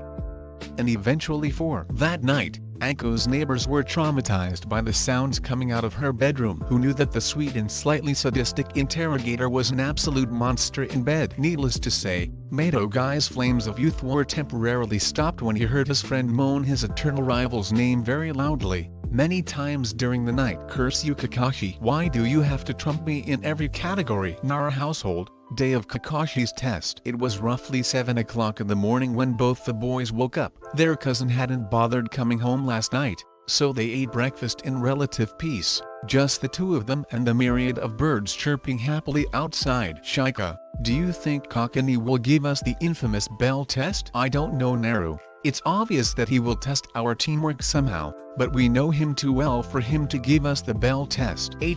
That's true. Do you think we should leave now? Sakura will most likely be waiting at the training field. Kakani did tell her to come at 6 am sharp. She probably didn't eat breakfast either. The stupid girl. A smart ninja will go to the battlefield well fed and watered. The one who wants to die wouldn't. Oi, Shika. Let's just go to the training field and watch the clouds. Field 7 has the nicest view of the sky. Shikamaru, never one to pass on an opportunity to watch the clouds, willingly left with Naruto. As they arrived at training ground 7, they noticed a pink-haired banshee fly their way with her fist raised high. Naruto and Shikamaru lazily sidestepped her attempted punch, which caused her to get even madder. You idiots are late, plus you won't stand still to let me punch you. Shikamaru and Naruto both sighed. They would have to beat it into the pink-haired banshee. Just who was the idiot here? Haruno-sen, how are we late when sensei hasn't arrived yet? Shikamaru asked. Furthermore, do you really expect an opponent to stand still as you assault him? No. So why should we? Just because you are our teammate does not mean that you can do whatever you please to us, Naruto added. Both he and Shikamaru plopped down on the ground and began their cloud gazing while talking to each other about menial things. Sakura's wrist fell limply to her side. It was at this moment that she realized that Naruto would no longer be her punching bag. Naruto asking her for dates in the academy had been a great source of confidence. And now that confidence was gone, what was she to do? Kakashi arrived 2 hours later at 9 o'clock. Yo, sorry I was late. I woke up in the wrong bed this morning and it took me some time to return home. Liar, the pink-haired demon screeched. Kakashi was glowing. He had the best night of his life and was waiting for the continuation of it tonight. Pages 15 to 20 were covered from the first volume. Now it was time to try out the big boy stuff. Pages 53 to 70. His great-uncle was a genius. Naruto looked at Shikamaru. Somehow I don't think that was an excuse. Shikamaru looked like he was going to be sick. Naruto looked slightly green himself. Okay team, time for your test. Shikamaru and Naruto waited eagerly while Sakura was apprehensive. Their teacher was crazy, that was for sure. What tests could he possibly give them? Kakashi dangled 2 bells in front of them and pulled out a timer. Shikamaru and Naruto sighed in disappointment. Same old same old. You have till noon to get the bells from me. The person who doesn't will have to be sent back to the academy. Do you understand? Kakashi looked pointedly at Sakura who gulped. Mandokus, Shikamaru said. Kakashi looked at his cousin with humor in his eyes. Nani Shika-chan, do you have something today? Shikamaru grimaced at his nickname. TCH, we know what this test is really about, Kakashi-sensei. Oh, said Kakashi with fake thought. And what would that be? Teamwork, Naruto replied. You only have 2 bells, which means that we would be pitted against each other. It would never occur to any of us that you are a Jonin and we are Genin, so we could never take you by ourselves. Kakashi looked at each of them with a critical eye. Congratulations, you pass, Kakashi exclaimed with mock happiness. Sakura looked confused but was relieved that she had passed even though she didn't do anything. Shikamaru and Naruto both mumbled troublesome and plopped down on the grass again. This time Kakashi joined them. The 3 cousins gazed at the clouds with Sakura watched them with increasing rage. What the hell are you lazy asses doing watching the clouds? Why can't you do anything productive with your day? Kakashi got up to brush the dirt off of his Jonin vest. Haruno-san,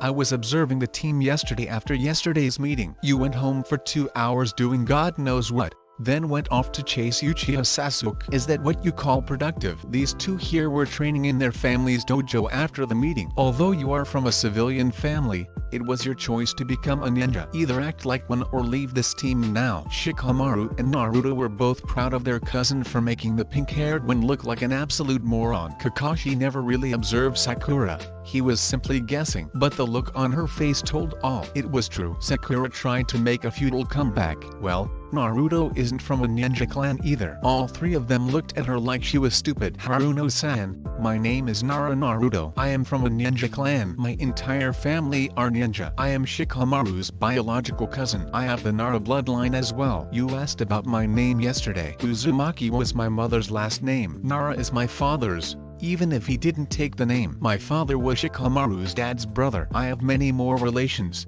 but do not wish to tell you any. Good day, Haruno-san. With that, Naruto and Shikamaru left. Kakashi gave Sakura a frightening look. Get your facts straight before you say something. Think before you act. And also, start training. You need to more than the others. Your physical conditioning is weak, and is disgraceful to Kunoichi everywhere. Kakashi left in a swirl of leaves. Sakura was left in the field dumbfounded as to what had happened. Naruto and Shikamaru found Kakashi at the ramen stall. Yo, he raised his hand lazily. Okay, Lee-chan, why did you give us the bell test? We knew about that so long ago, Shikamaru asked. To tell you the truth, it would have been too troublesome to give you another test, Kakashi replied. Naruto and Shikamaru's shit dropped at that response. So that's what we sound like when we say troublesome. Understandable, but what about that excuse this morning? Naruto asked. Kakashi blushed. How could he tell his kawaii pure cousins that he had done sinful acts with a sexy kunoichi named Might Tarashi Anko? You say something, and with that he disappeared in a puff of smoke. Anko? It was more a statement than a question. Anko. Shikamaru agreed definitively. Tuki broke them out of their thoughts. Yo boys, what will it be today? 2 bowls miso ramen please old man, Naruto said. 1 bowl of beef ramen for me, Shikamaru said. After they had finished their meal, the cousins took a stroll through town where Naruto was attracting attention from the civilians that he hadn't gotten before. The civilians were doing double takes as they wonder why the Yandame Hokage was back in this chibi form. The girls had hearts in their eyes for the 2 boys. Yo Naruto. Nani? Kayune? I'm bored. Too bad. Entertain me. Hell no. Hey, it was worth a try at least. Anyway, we have to get your training with Kitsune-kan started. Tell Shikamaru that he will be learning this as well. Will do boss. When will training begin? 2 weeks from now. Alright Ni-chan. Go to sleep now. Will do Kito. Oi, Shika. Yeah, Naru. The both of us are going to be learning Kitsune Ken from Kayuni in 2 weeks. It will help us tremendously in the future. Is that alright? It's troublesome, but if he says it's necessary then yes, I'll do it. Great. Now let's go home. Yoshinobu-chan made our favorite dinner tonight. Naruto, it's only 10:30 in the morning. Is it now? Well oops. YOSH let's go train. TCH. Sometimes he's a Nara and sometimes he's an Uzumaki. Naruto, you are one troublesome cousin. Team 7 had been active for about 2 weeks now, and Shikamaru and Naruto were at their wits' end. The pink-haired one had not done one single thing in helping them. The most she did was lift a box here and there, or paint a fence. The Sandaime and Kakashi had noticed this, and cut her pay in half, dividing the rest of between the three of them. Not that she noticed anyway. The missions were troublesome, to say the least. Cleaning the Inuzuka kennels or mucking manure out of a nearby farm to catching the demon cat Tora. The boys were simply not being challenged enough. However, doing these missions did have a bright side. Many civilians were beginning to warm up to Naruto. At first, when they saw the demon child walk through their gates ready to work, they thought he would grow 9 tails and have bright red-eyed, and destroy everything in his path. But when they actually spent time with him and saw him working, they couldn't help but feel slightly ashamed that they had ostracized a boy who had a heart as pure as an angel. Every civilian family that he met had taken an immediate liking to him. Originally, when word had spread that Naruto was actually a Nara and even had the bloodline, a silent uproar had been made by some civilians. However, they were then told off by their friends, most who had the same mentality that they had now. The civilians decided to give the boy a chance. It was small, but it was a start nonetheless. Naruto was starting to get some waves and smiles in the street from the civilian population. He and Shikamaru were absolute naturals with children and were paid double in the babysitting missions. Unknowingly to the both of them, many women had seen this and set up their own fan club for the two handsome boys. They had made a pact to get in the boys' pants so that they would have little Narutos and Shikamarus running around. Unbeknownst to anyone, 2 girls, one in Tsunagakure, the other on the outskirts of Wave Country, were the only 2 who would have the pleasure of bearing the Nara cousins' kids. Of course this doesn't happen till much later in the story, so don't expect the boys to be jumping the girls' bones the second they see each other. The civilian girls thought of both as the strong and silent type, exactly like Hate Kakashi, but with varying hair colors. Wherever Kakashi, Naruto, and Shikamaru went, girls followed them with hearts in their eyes. The situation was quickly becoming too troublesome for all 3 of the men. The cousins traveled on rooftops while reporting for missions, with Sakura lagging behind. Speaking of Sakura, her days as a kunoichi were getting worse and worse. She remembered when she had a chat with Ino 3 days ago. Flashback: Yamanaka store. The door to the Yamanaka florist shop jingled as a new customer walked in. Ino's head popped up from behind the desk. "Welcome to Yamanaka Florists. How can we?" She tapered off as she saw who it was in front of the counter. Sakura smiled nervously at her once best friend. "Hi Ino. Can we talk?" Ino gave her an indifferent look that reminded her of Shikamaru when he looked at her. "About what?" Ino asked. Sakura laughed. "Oh, you know, the normal. Boys, the latest hairstyles, etc." Ino let out a cold chuckle herself. "I would love to." Sakura looked happy to have her friend back. "If I was a civilian," Ino finished. Sakura looked startled. "What?" "Sakura-san, we are kunoichi now. We have no time to worry about the petty things in life such as boys or other materialistic things. We are now trained to be killers in order to uphold our country's honor. Now, let's compare me and you, shall we, Sakura-san?" Sakura nodded dumbly. She was too much in shock to comprehend much. "Sakura-san, let's start with the clothes. Look at me and look at you. What do you see?"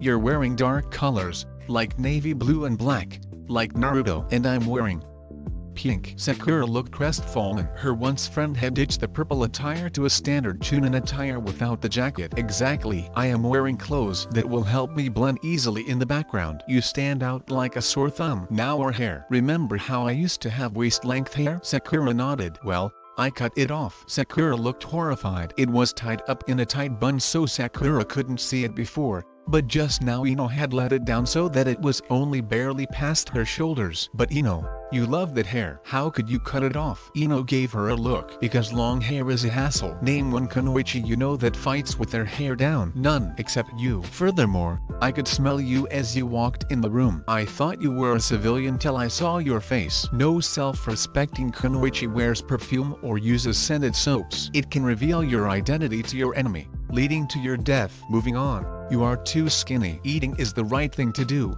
not starving yourself to death. But Ino, Sakura protested. I want to look and smell good. I won't stay in shape unless I don't eat. You know that. Sakura, if you train regularly then it won't matter what you eat. How do you think Naruto eats all that food and never gains a pound? I eat quite a bit myself. Starving myself is stupid, and it will only harm you in the long run. Ino's mouth twisted upward in a cruel smile. But of course you don't train, do you? No wonder you are so weak. Naruto and Shikamaru have to pick up all the slack where you let it go. I looked at the mission reports with Dad. You do no work and still get paid. How in hell's name is that fair to Naru and Shika? Those two are some of my oldest friends. I will not let you slander their team's name. Sakura felt the rage coming off of Ino and cowered. She tried to put up a tough front. Naruto and Shikamaru. That's all I hear these days. Have you heard about the Naruto and Shikamaru? Those two boys are the future of Konoha. They raid bringing good fortune to the Nara clan. If either becomes Hokage, I will follow them to the ends of the earth. Why? It's always about them. No one seems to give a damn about me. Sakura shouted, on the verge of tears. Ino grew very quiet. Has it ever occurred to you that they did something to earn the villagers' trust? I'm sure Nara or Shika has told you, respect is earned, not given.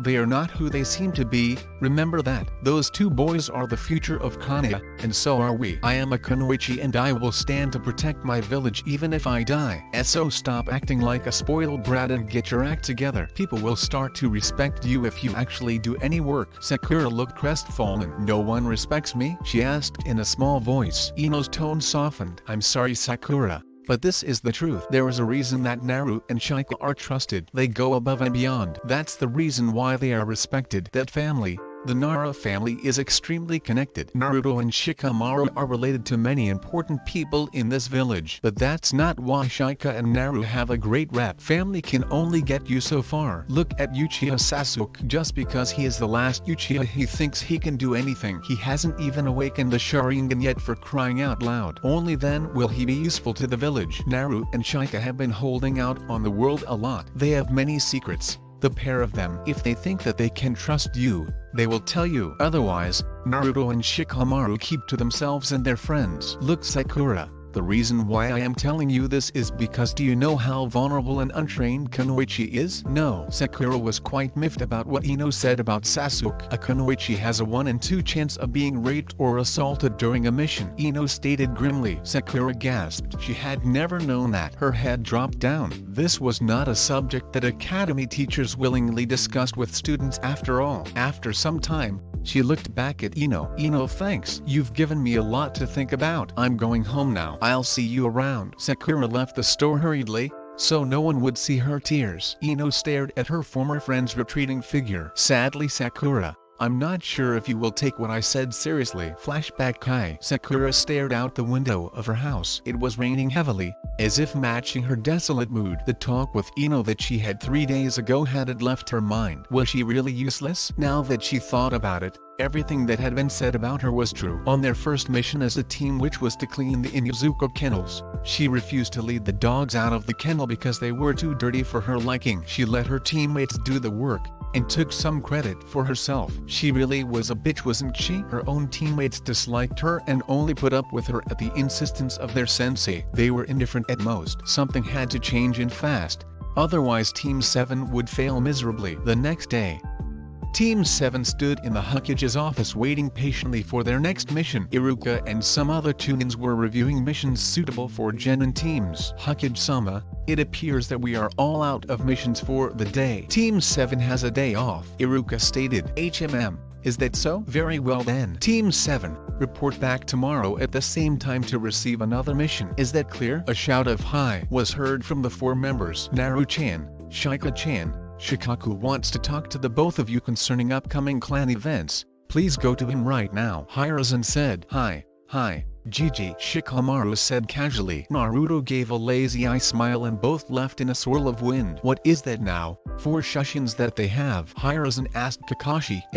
No, they have one more which they call a dynamic shushin, where they come in together. Now that one is very cool. Perhaps one day they will show it to you. Kakashi replied. He too shushined away, eager to spend the day with Anko. Hiruzen peered at the remaining member of Team 7 under the brim of her hat. Perhaps it was unfair placing her with 2 boys who could qualify for Chunin rank if they tried. Haruno-san, it's best if you get going as well. Tomorrow will likely be a lot of grueling missions. Hi, Hokage-sama. She quickly marched out of the room. Sakura noticed the different tones that the Sandaime used while talking to the boys compared to her. It seemed as though the Hokage had known Naruto and Shikamaru for ages. How was it that the 2 supposed dobes of the academy knew all these high-ranking people? Even her own sensei knew how many different types of freaking shushin they had. Arg! It was so confusing. But now it was time for her favorite game, Sasukunting. The words that Ino had spoken to her, and the thoughts that she had herself had evaporated. 20 minutes later a high-pitched girly scream was heard from the local onsen hot spring when Sasuke realized it was mixed bathing day,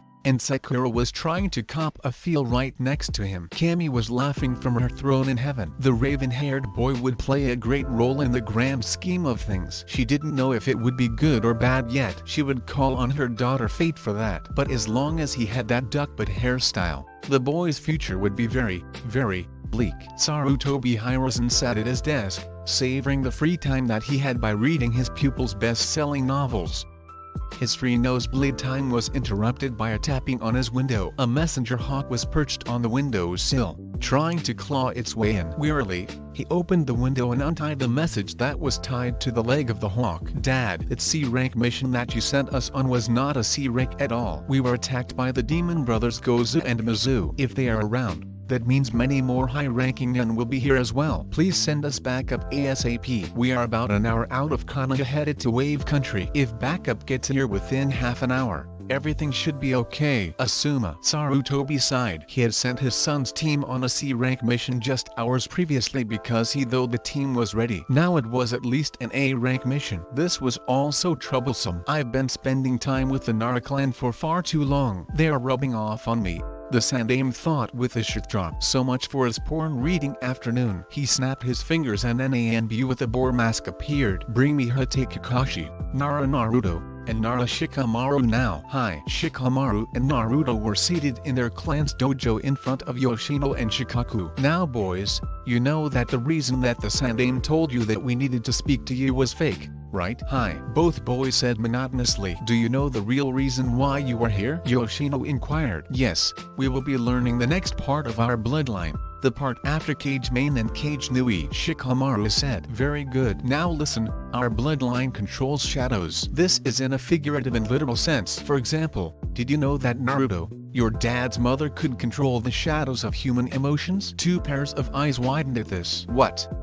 But that's impossible. Grandmother wasn't even a full Nara. She was only half. Naruto, your grandmother was my dad's relative. Marriages in those days were very direct, and after my mom died, her cousin, your grandmother, married Dad. I was only a year old at the time. Shortly afterward, your dad was born. Imagine the surprise of the Nara clan elders when a blonde chibi was running all over the house naked every day. You and Shikamaru both are descendant from the main Nara branch. This technique is very hard to master, and Yoshino is better at it than myself. So we really can control the shadows of human emotions? Naruto asked incredulously. Precisely. In essence, you are controlling the human mind with it. What is it called? Shikamaru asked. It has many names, Yoshino answered, but the most fitting one is Nebukage Ketsugo no Jutsu, inner shadow binding technique. Kit, I've heard of that technique. Once mastered, the user virtually can control someone by their emotions. They can play at your worst fears or greatest joys. You and Shika have to master it, alright? But isn't that psychological warfare? No, because this is all non-verbal. Interesting. Shika and I will ask you for some help with this since you seem familiar with the technique. This way you can get some freedom and we can get the aid we need. Is that okay with you? Not a problem. By the way, you have a guest coming soon. Ba-chan, we would ask you to demonstrate, but a visitor is going to show up. Nishika Suda and Bu, by the feel of his chakra suppression skills. As if on cue, The boar-masked ANBU appeared. No puff of smoke, no nothing. He just fell from the sky. Nara Shikamaru, Nara Naruto. Sandaime-sama has asked you to pack for a mission and report to the northern gates in 15 minutes. Hate Kakashi will meet you there. Arigato Tenzo-san, Naruto said. The man named Tenzo sighed. Naruto, how many times do I have to tell you not to call me that? Did you say something? Naruto asked. Damn Kakashi clone. Tenzo left the room to the sound of the four Naras laughing at his poor predicament. Hate Kakashi was not a happy man. He had been very rudely disturbed from his time with Anko, and was more pissy than a woman in that time of month. He waited impatiently for his two wayward cousins to arrive so they could get this mission over with. Anko and him needed their alone time. His ire only grew as he saw his third student, Haruno Sakura, approach him. Good morning, sensei. Morning, Sakura. Kakashi replied gruffly. Lovely day, isn't it? Yes it is. One could be spending it with those who he loves, but no, something just has to come up. Sakura shock-dropped at her sensei's current plight. Yo, Kaka and Kakashi sensei. Naruto quickly corrected himself as he arrived at the northern gate with Shikamaru. Naruto, Shikamaru ready to head out? Kakashi was answered by two nodding heads. Sakura was confused. Wasn't it their day off? Where were they going? Ano, sensei, where are the three of you going? We have a mission to go on. Sandaime-sama's orders. We might not be back for several days. Why wasn't I informed about it? We are a team after all. The three cousins looked at each other uneasily. Haruno-san, this mission is a little beyond your experience level. It is only for the three of us. Sandaime's orders, Kakashi stated shakily. As much as she was useless, she was still a teammate and didn't deserve to be left in the dark. Oh, okay then. Good luck, I guess. Sakura turned on her heel and sprinted away. We should probably explain everything to her when we get back, shouldn't we? Shikamaru asked. Yes we should, Naruto replied. But now we have to be going. Team 10 is waiting for us. Head out, Kakashi ordered. Hi. And the three of them disappeared into the forest. Unknown to them, Sakura hid in a nearby alley, listening to what they had to say. What more could they possibly explain to her? It was time to have a talk with the Sandaime. Kakashi and the boys arrived at Team 10's location in a little over half an hour. Asuma was casually leaned against a tree. Ino and Chaoji sat on the ground. Shino sat slightly farther away from them, talking with his Kakeichu beetles. The client stood at a distance from all of them, seemingly zoned out. Suddenly, Shino spoke up.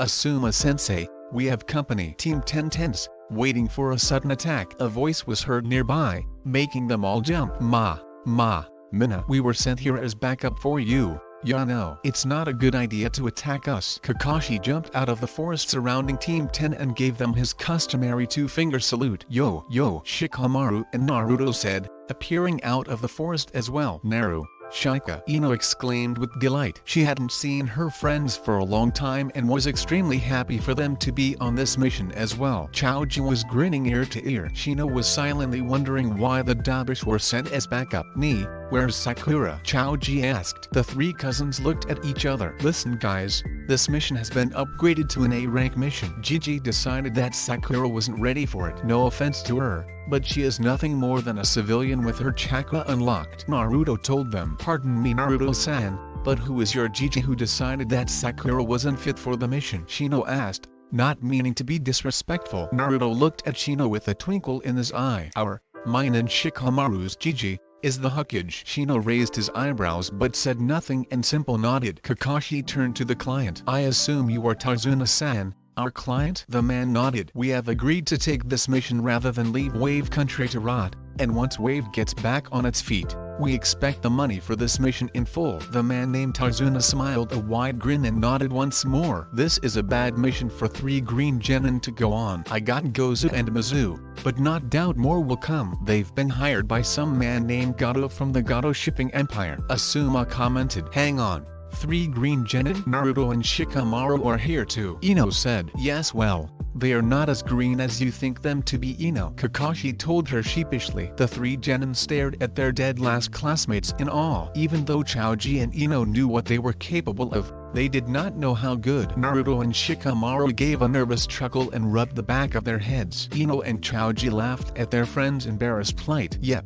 no matter how strong they were still the same old Naru and Shika to them. Asuma broke everyone's thoughts. Alright then, let's set out. We have a long way ahead of us. Hi. Meanwhile, In Konoha, Sakura had called a meeting with the Sandaime. She wanted to know exactly why she didn't go on that mission. They were a team, no matter their shortcomings or hers. Sakura found herself sitting in front of the kindly old man who was known as the god of all shinobi. Sarutobi inwardly sighed. He knew why she was here. She must have seen Naruto and Shikamaru leaving with Kakashi. Sakura-san, may I ask why you requested to meet with me on such short notice? With no disrespect, sir, you seem to let Naruto and Shikamaru come here whenever they want without anyone saying anything. What is so special about them that is not about me, sir? We are just genin after all. Sarutobi knew she had a point. He couldn't just tell her that those two came here to help him on mission reports and such. Shikamaru and Naruto had told him that they would only show their strength little by little until they became Chunin. It would not be good to arouse suspicion amongst any opposing nations. Shikamaru and Naruto are different. I have known them since they were small and we are quite close, like a grandfather would be to his grandchildren. Forgive me if it seems that I am favoring them. Yes, Sandaime-sama, I believe you are favoring them, Sakura said, feeling a bit put off that the Sandaime was so close to those two. Oh, how so? Well, I met Kakashi-sensei earlier today and him, Shikamaru, and Naruto were departing on a mission. I asked why, when it was our day off, and they told me it was on your orders. Would you please tell me why they are going on a mission and I am not? She was becoming a little hysterical at the moment. The wizened old Hokage rubbed his temples. The pineapple boy, Raymond freak, and porn lover could cause him so much trouble without even being her troublesome. Sakura, have your teammates explained anything to you? Sakura shook her head. But they did say that they would explain some things to me once they got back from the mission. We are teammates and therefore should not be keeping things from each other. Sakura, we are also shinobi and it is our job to deceive. Tell me, what were your first impressions of Naruto and Shikamaru? Sakura adopted her thinking pose. Well, Naruto was brash and obnoxious. He disgusted me. Shikamaru was lazy to a fault. Both showed absolutely no potential whatsoever. And now Sakura hesitated. They seem changed, I suppose. Naruto even looks different than before, taller and more mature. She almost added good looking, but then she would have to consider herself a traitor to her love Sasuke and Sasuke only movement. Shikamaru seems even more relaxed if that is possible. The two of them and Kakashi-sensei get along very well. I seem to think that sensei is very relaxed in their presence. Their skills have also improved. I'm starting to wonder if Kakashi is teaching them separately. I assure you, he is doing none of that. I am disappointed in them that they have not told you yet though. You are their teammate, no matter your differences. The truth is, Naruto and Shikamaru are not supposed to be genin. Sakura inwardly danced with joy. She knew that the two dopes had no potential and were getting kicked off the team. They are supposed to be elite Chunins. Sarutobi finished. Sakura's entire world came crashing down. What? She screeched. The Sandaime winced as he delicately nursed his old ears. It is the truth, Sakura. On my orders,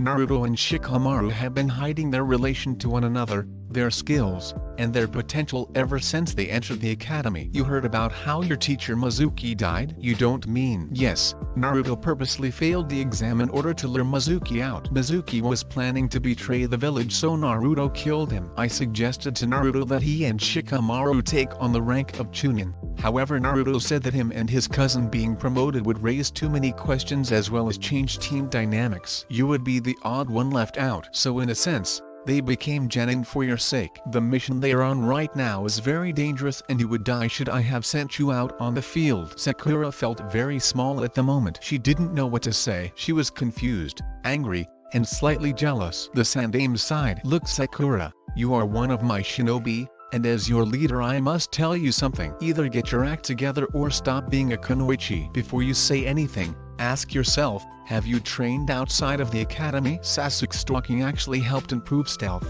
but she refrained from saying that. I know, she admitted feebly. Not even after Kakashi asked you to the day of your first team meeting exam? No sir, training is not something I enjoy very much. Sarutobi analyzed the girl in front of him. No, respectably, kunoichi didn't train. Very well then. I have no choice. Have no choice in what? Haruno Sakura, as of now you no longer are a part of Team 7. Based on all of the mission reports as well as eyewitness accounts from clients, you did none to minimal work, leaving everything to your teammates. You never once have taken an active part in training outside of team practices, and you have only brought your team down. Forgive me for doing this to you, but you have brought this upon yourself. As of now, you will simply be a drifting genin, filling in the place of those teams who need an extra member. I know for a fact that Kakashi gave you Taijutsu scrolls and asked you to improve upon your skills using it. I also know that you have ignored that. From now on you will be doing mandatory training practices under the supervision of a Chunin. If in the next 2 months you do not show improvement, then I will be forced to take you off the shinobi squad. Am I clear? And that's when her world imploded. She was shell-shocked. She had no sensei, no teammates, and no friends. She didn't train and her body was not used to the physical strain that shinobi missions demanded. It was then she understood just how much work her teammates did. They allowed her to do whatever she wanted, and she didn't have to face the repercussions. Until now. Karma is a bitch. She felt the tears welling up in her eyes. Am I clear? Sakura looked up into the Sandame's face. She recoiled when she saw him. The normally kind man's face was laden with revolt. Revolt against her. He was disgusted against her. Ha. She managed to squeak out. Very well, you are dismissed now. She basically sprinted out of the room. This measure was a harsh one, but effective. Naruto and Shikamaru had the mission to scope out this village's true potential, and she did not make their list. Meanwhile, the two genin teams in the clan had been walking relatively peacefully for an hour or so. Naruto and Shikamaru were on constant alert. With their primary element being wind, they were able to pick up small distortions in the airwaves. Kakashi noticed the irritated twitch of his cousins. Naruto, Shikamaru, is everything alright? Kakashi signed using subtle hand motions that Asuma also saw. Something is coming, we just can't sense it yet. Naruto signed back. Kakashi nodded to Asuma, and quickly made a cage punch-in to scout the area in front of them. Suddenly, Shikamaru tensed. He flicked a kunai 38 degrees to his right. All the genin except for Naruto were confused at this. Shika, why'd you do that? Ino asked him. I thought I felt something in the forest. Naruto went to investigate and came back holding a dead rabbit whose fur was snow white. Wait, that means everybody down. Naruto, Shikamaru, Kakashi, and Asuma yelled at the same time. Shino and Chaoji grabbed Tarzuna and Ino respectively and pulled them down to the hard ground. All of a sudden, a long, butcher knife-like sword came hurtling above them. It was a sword that was feared and recognized throughout the elemental nations. Kubakiri Hucho lay embedded high in the trunk of a tree with a man who looked as frightening as the devil himself. Momoki Zabuza took in the scene in front of him. He had been hired by Gato to kill the old bridge builder, and was being paid a handsome amount of money for it. How hard could it be to assassinate one measly old man who had 5 chibis and 2 jonins protecting them? Just in case though, Haku was positioned in the nearby forest, waiting to launch a surprise attack. Hang on, recognized something about 2 of the chibis. They looked very familiar. Zabuza took out his bingo book and flipped through it, looking at some of the newest entries. 2 people that looked exactly like those 2 chibis showed up. Nara Shikamaru, age 12, affiliation, Kono Hagakure, rank,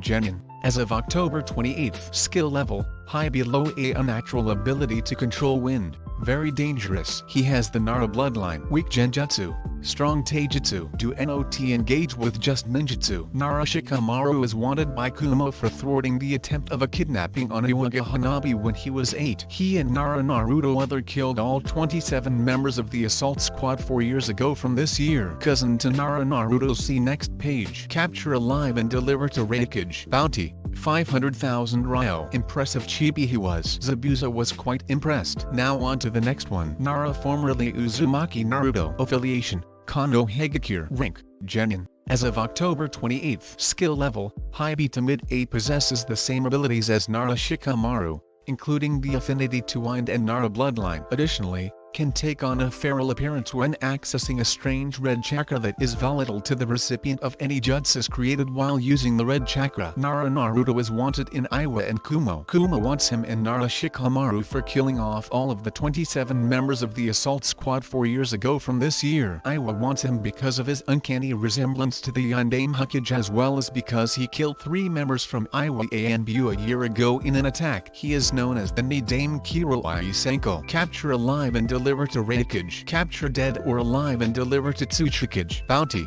1 million ryo. The two Naras together are called the Densetsu Kage no Kyoto. The Great Wine Shadow brothers together they have a high A-rank bounty of 5 million ryo. Oh ho, another impressive chibi. But the name Uzumaki, that was a surprise. All the Uzumakis were said to have been wiped out on the nine-tailed attack on Konoha 12 years ago. Interesting. It would be a shame to kill them, but their bounties were too nice to ignore. Naruto and Shikamaru felt the disturbance in the wind and sensed the man who was staring down at them. He was poised to attack, but did not, so it was safe to say that he was assessing their abilities and so on. Come out Momoki Zabuza. You gave yourself away when you threw the Kubakiri Hucho like that. Shikamaru yelled in a very un-Nara-ish voice. This was the voice that Uchiha Sasuke might have when he was excited by an opponent. The remaining genin excluding Naruto looked on in fright as the man named as Momoki Zabuza appeared in front of them. The man looked like a beast. His mouth was covered up with a white cloth that wrapped around the back of his head. His hair, spiking upwards,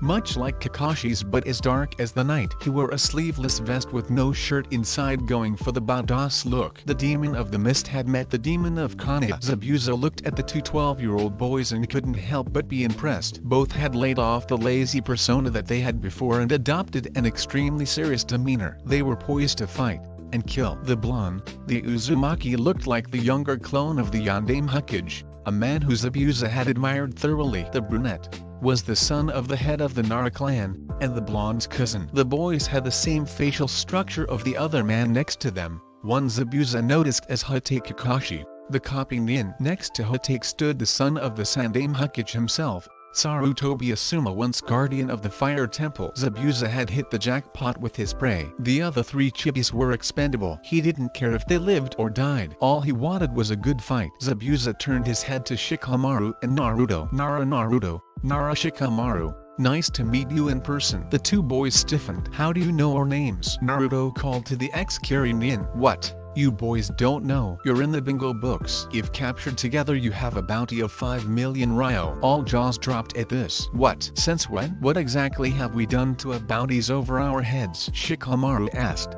heavily curious. Zabuza looked incredulous. They didn't even know that they were wanted men. Kids, you killed 27 Kumo nin together 4 years ago, and the blonde killed 3 Iwa nin. Both countries want you dead. I believe that you two are the youngest ninjas in the book, you know. The cousins bowed their head sheepishly. Aw shucks Zabu-chan, thanks for that. Naruto grinned. Haku looked at Naruto with jealousy from her hiding place. She was never allowed to call her father anything but father, and this boy could call him Zabu-chan. No fair. Zabuza shit dropped. He may be a Nara, but that was definitely his Uzumaki side coming out. The genin and Tarzuno were shocked. The two of them combined had killed 30 people, the majority when they were only 8 years old. Kakashi took up a protective stance covering his cousins. Momoki Zabuza, if you are here to kill our client, please reconsider or we will kill you. Sharingan no Kakashi, go fuck yourself in a hole, man. You are not important. All I have to do is kill the old man and all of us can leave. Kakashi was more than a bit miffed that the Nukenin had blown him off so easily. We can't let you do that, I'm afraid. Oh really?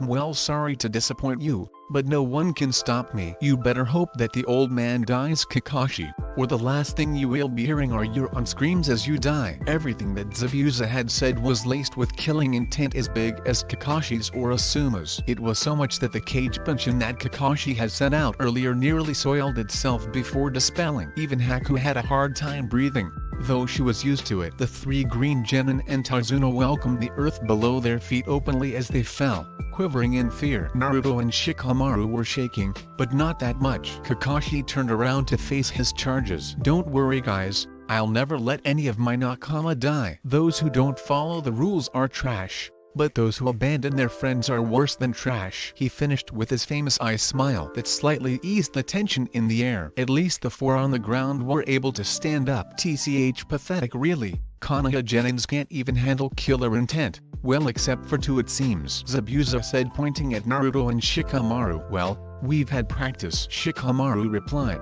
shivering as he thought of what Anko had done to him after he accidentally ate her dango stick. It was much worse than this. Yeah, our future cousin-in-law, might Tarashi Anko. She's like the female version of you. When you separate her from her dango, bad things happen. and we pay the ultimate price," Naruto said as he shot a sly glance at Kakashi, who was blushing madly. Zabuza scoffed. Might Tarashi Anko's dango obsession was not a new fact in the ninja world. He didn't doubt their words one bit. But now playtime was over. He needed to kill a certain man to feed himself and Haku, his daughter. Then, he would kill the man who wanted him to kill the other man because the 4-foot midget got on his nerves. Naruto tensed. The wind had changed direction. He looked over at Shikamaru and saw that he had goosebumps all over his arms, meaning that he felt it as well. Zabuza was getting serious. However, it did strike him as odd that the wind had brought a delicately feminine scent with it as well. It wasn't Ino, so then who? Quickly,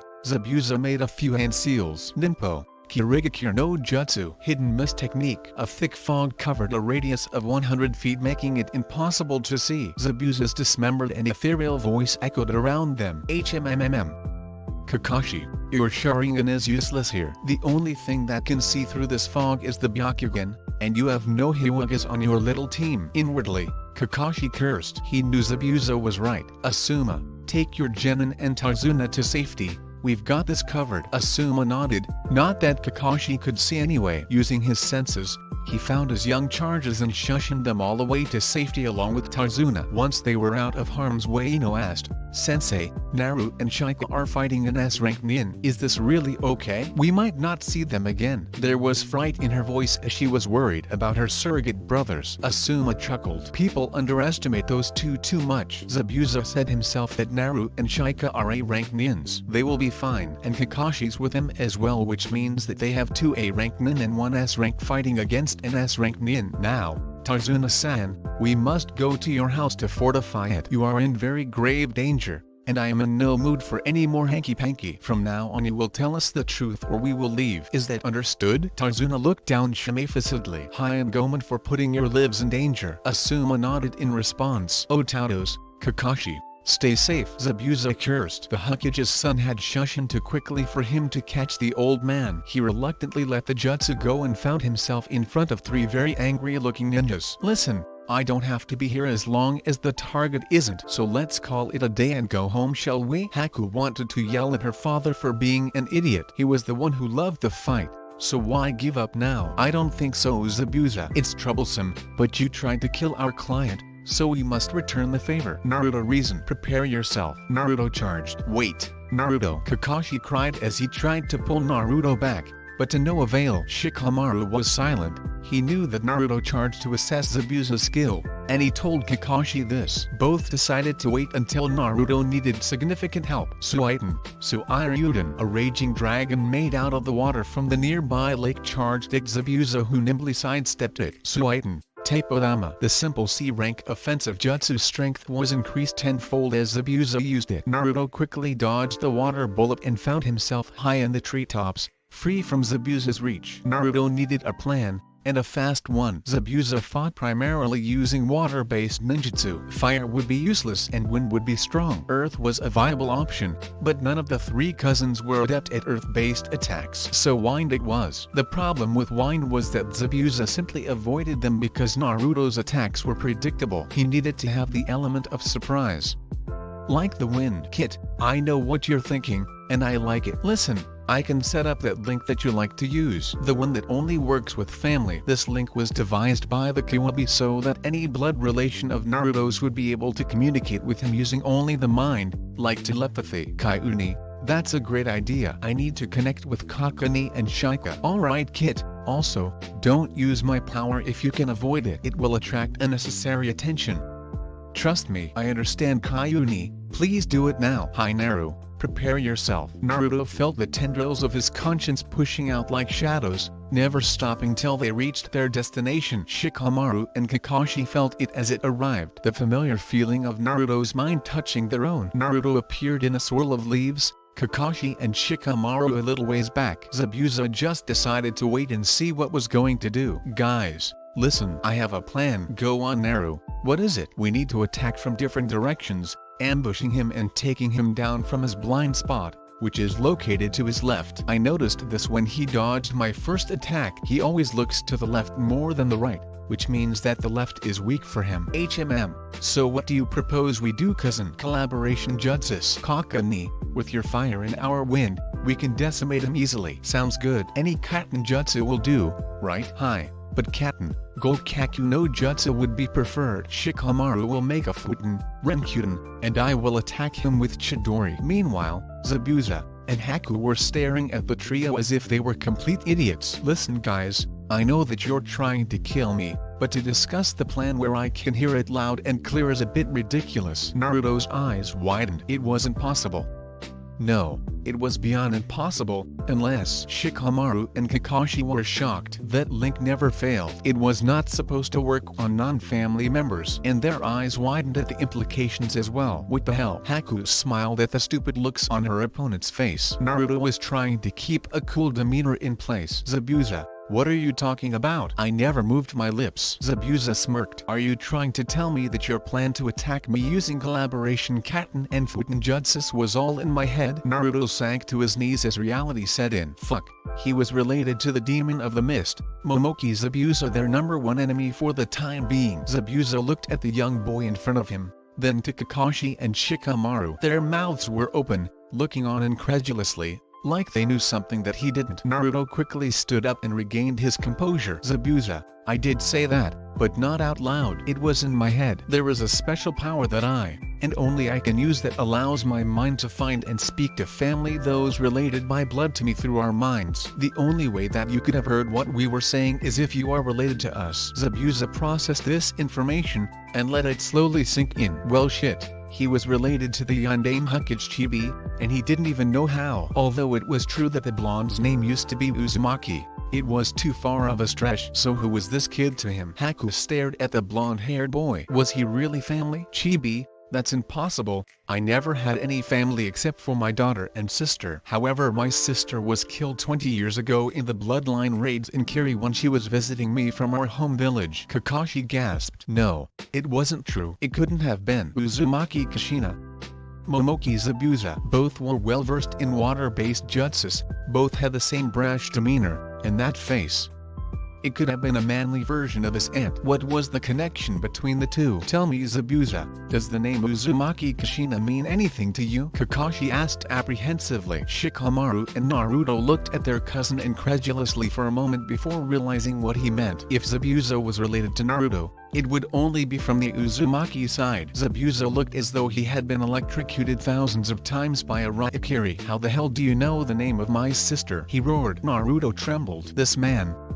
No, this demon was his uncle. The man who murdered his entire genin class wasn't Uzumaki. He was the cousin to Tsunade. Kit, calm down. You are very close to accessing some of my power, something that is not what is in your best interest. This man does smell like you and Kushina. When I was inside of her, I sensed her longing for the one known as Zabuza, and I think he is the one. Whenever she used to let me out so I could be with Hitomi, she used to tell me stories about her old family. So please, for your mother's sake, trust a man. Naruto didn't answer his demonic brother. Kakashi looked at Naruto in concern. Then he spoke. Uzumaki Kushina was the wife of Namikaze Minato, more commonly known as the Yondaime Hokage. She also happens to be mine and Shikamaru's aunt. The Yondaime Hokage was our paternal uncle, and Naruto here is her son. Haku gasped and clutched her heart at the implications. She had a family. She was the niece of the Yondaime Hokage. Maybe, just maybe, she would finally have a home. Zabuza just stared. No, it wasn't true. Kushina had died in the raids, right? Had he not looked hard enough? Had he abandoned the Uzumaki name for nothing? Would Tsunade ever forgive him? He was just 8 when this had happened. Haku, you can come out now.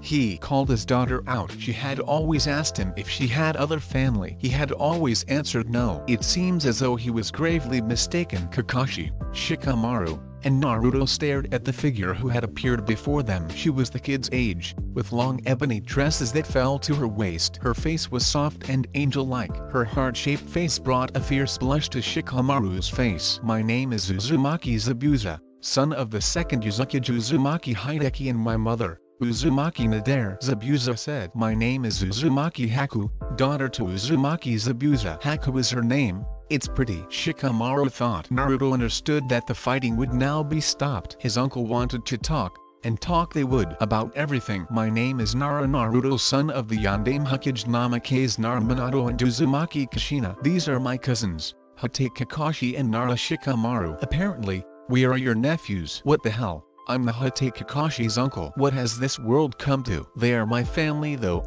and I need one hell of an explanation from them all. Perhaps it would be nice to live somewhere again. Yes, for Haku's sake as well as my own. I need to embrace my family. Family, the word brought a fuzzy feeling to his stomach, something that had not been there since the day Haku was born. Listen Naruto. I don't know exactly how to say this, but I know. Naruto replied, you don't want to kill Tarzuna-san anymore. I understand. I also realize that the both of you need a stable home. This is something we can provide for you. Even if you once were our enemy, I can sense that you are confused about some things. Listen, this is all ridiculously fast, but come to Konoha with us. All eyes widened at the implications. Naruto continued, you need a family, we can give you that. The both of you would be a tremendous asset to Konoha. Haku, I don't know your skills, but if you were taught by Zabuji-san, then you must be the best. Haku blushed slightly at the praise. Zabuza was amazed how accepting the kid was. He had even called him Oji-san. You will have the protection of the Senju, Nara, Hatake, and Namikaze clan. Essentially, the founding clans of Konoha will give you their support. Plus, now that you will be revealed as an Uzumaki, you will become clan head and take the Uzumaki seat that I have held. You should know that I hold the current seat of the Namikaze in my great-uncle Jiraiya's stead. He also happens to be the husband of Tsunade Ba-chan. Don't worry about anything else. Zabuza and Haku were speechless. Shikamaru decided that it was he spoke as well. Listen, no one is forcing you to do anything. It's just that Naruto and I, we are cousins.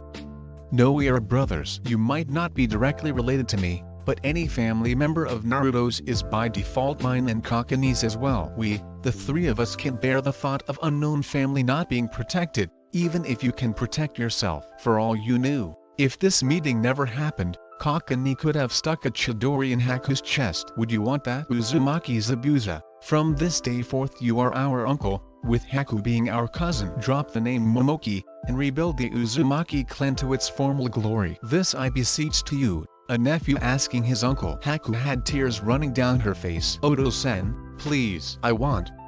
No, I need a family. This is ours. Please don't say no. Haku looked up at him with her puppy dog eyes. It seemed even the most terrible demon was human when it came to his daughter. The truth was, he was never going to disagree to their idea. He needed this as much as she did. Answer me one question. She's dead, Naruto said before he could ask. Ah.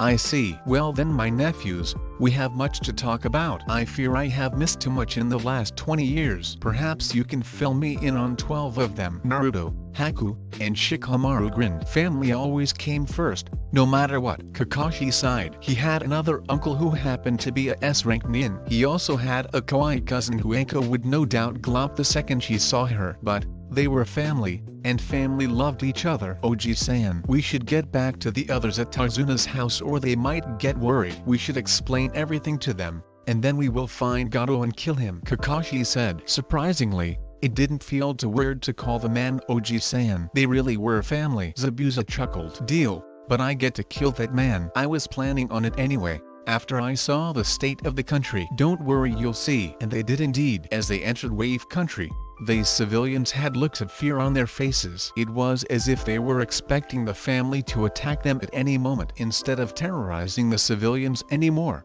they simply jumped from roof to roof, looking at the ruins of a once prosperous country. Markets were poorly stocked. A few small fish and shriveled vegetables. The only thing of relative abundance was rice. Lots and lots of rice. Naruto made a silent vow to make the people who did this to the country pay. And it would hurt bad. The party of 5 stopped at an open clearing. They didn't know where Tarzuna's house was located. Kakashi decided that the simplest way to find the others was a summoning jutsu. Kakio's no jutsu. A puff of smoke revealed a small pug with a blue gi wrapped around it and a Konoha headband strapped to its head. Yo, Kakashi, Naru, Shika. It's been a while. Pakken noticed that the other two in the group smelled like Naruto. Pakken, can you get us Asuma's scent? We have to find him now, Kakashi said. No problem, pup. Follow me. Within 5 minutes the group arrived at a modest 2-story house. Wonderful smells were emanating from the house. A pounding of feet could be heard as the family neared the door. It was thrown open by a frantic Ino, who immediately glumped Naruto and Shikamaru. "You idiots! You had us so worried. What happened? Are you alright? Are you hurt?" Shikamaru and Naruto dropped at their sister's frantic questioning. "Can we at least come in, please?" Naruto asked with a twinkle in his eye. Ino blushed and muttered something about ungrateful bastards under her breath. Asuma looked wary when he saw Zabuza and an unknown Kunoichi make their way into the cramped kitchen. Tarzuna was frozen in place as he thought that the ninja had decided to turn against him and kill all of them. Seeing Zabuza shift uncomfortably under the gaze of the people, Kakashi decided to speak up. There is something we all have to tell you. Zabuza will be returning home with us after the mission is over." "What? Now wait, hear us out. There is a very good reason for this. You see, Zabuza is kind of my uncle and Shikamaru's and especially Naruto's," Kakashi said with a sheepish grin as he rubbed the back of his head. That's the end, guys. Make sure to like and subscribe and leave a comment. This is Maelstrom signing off.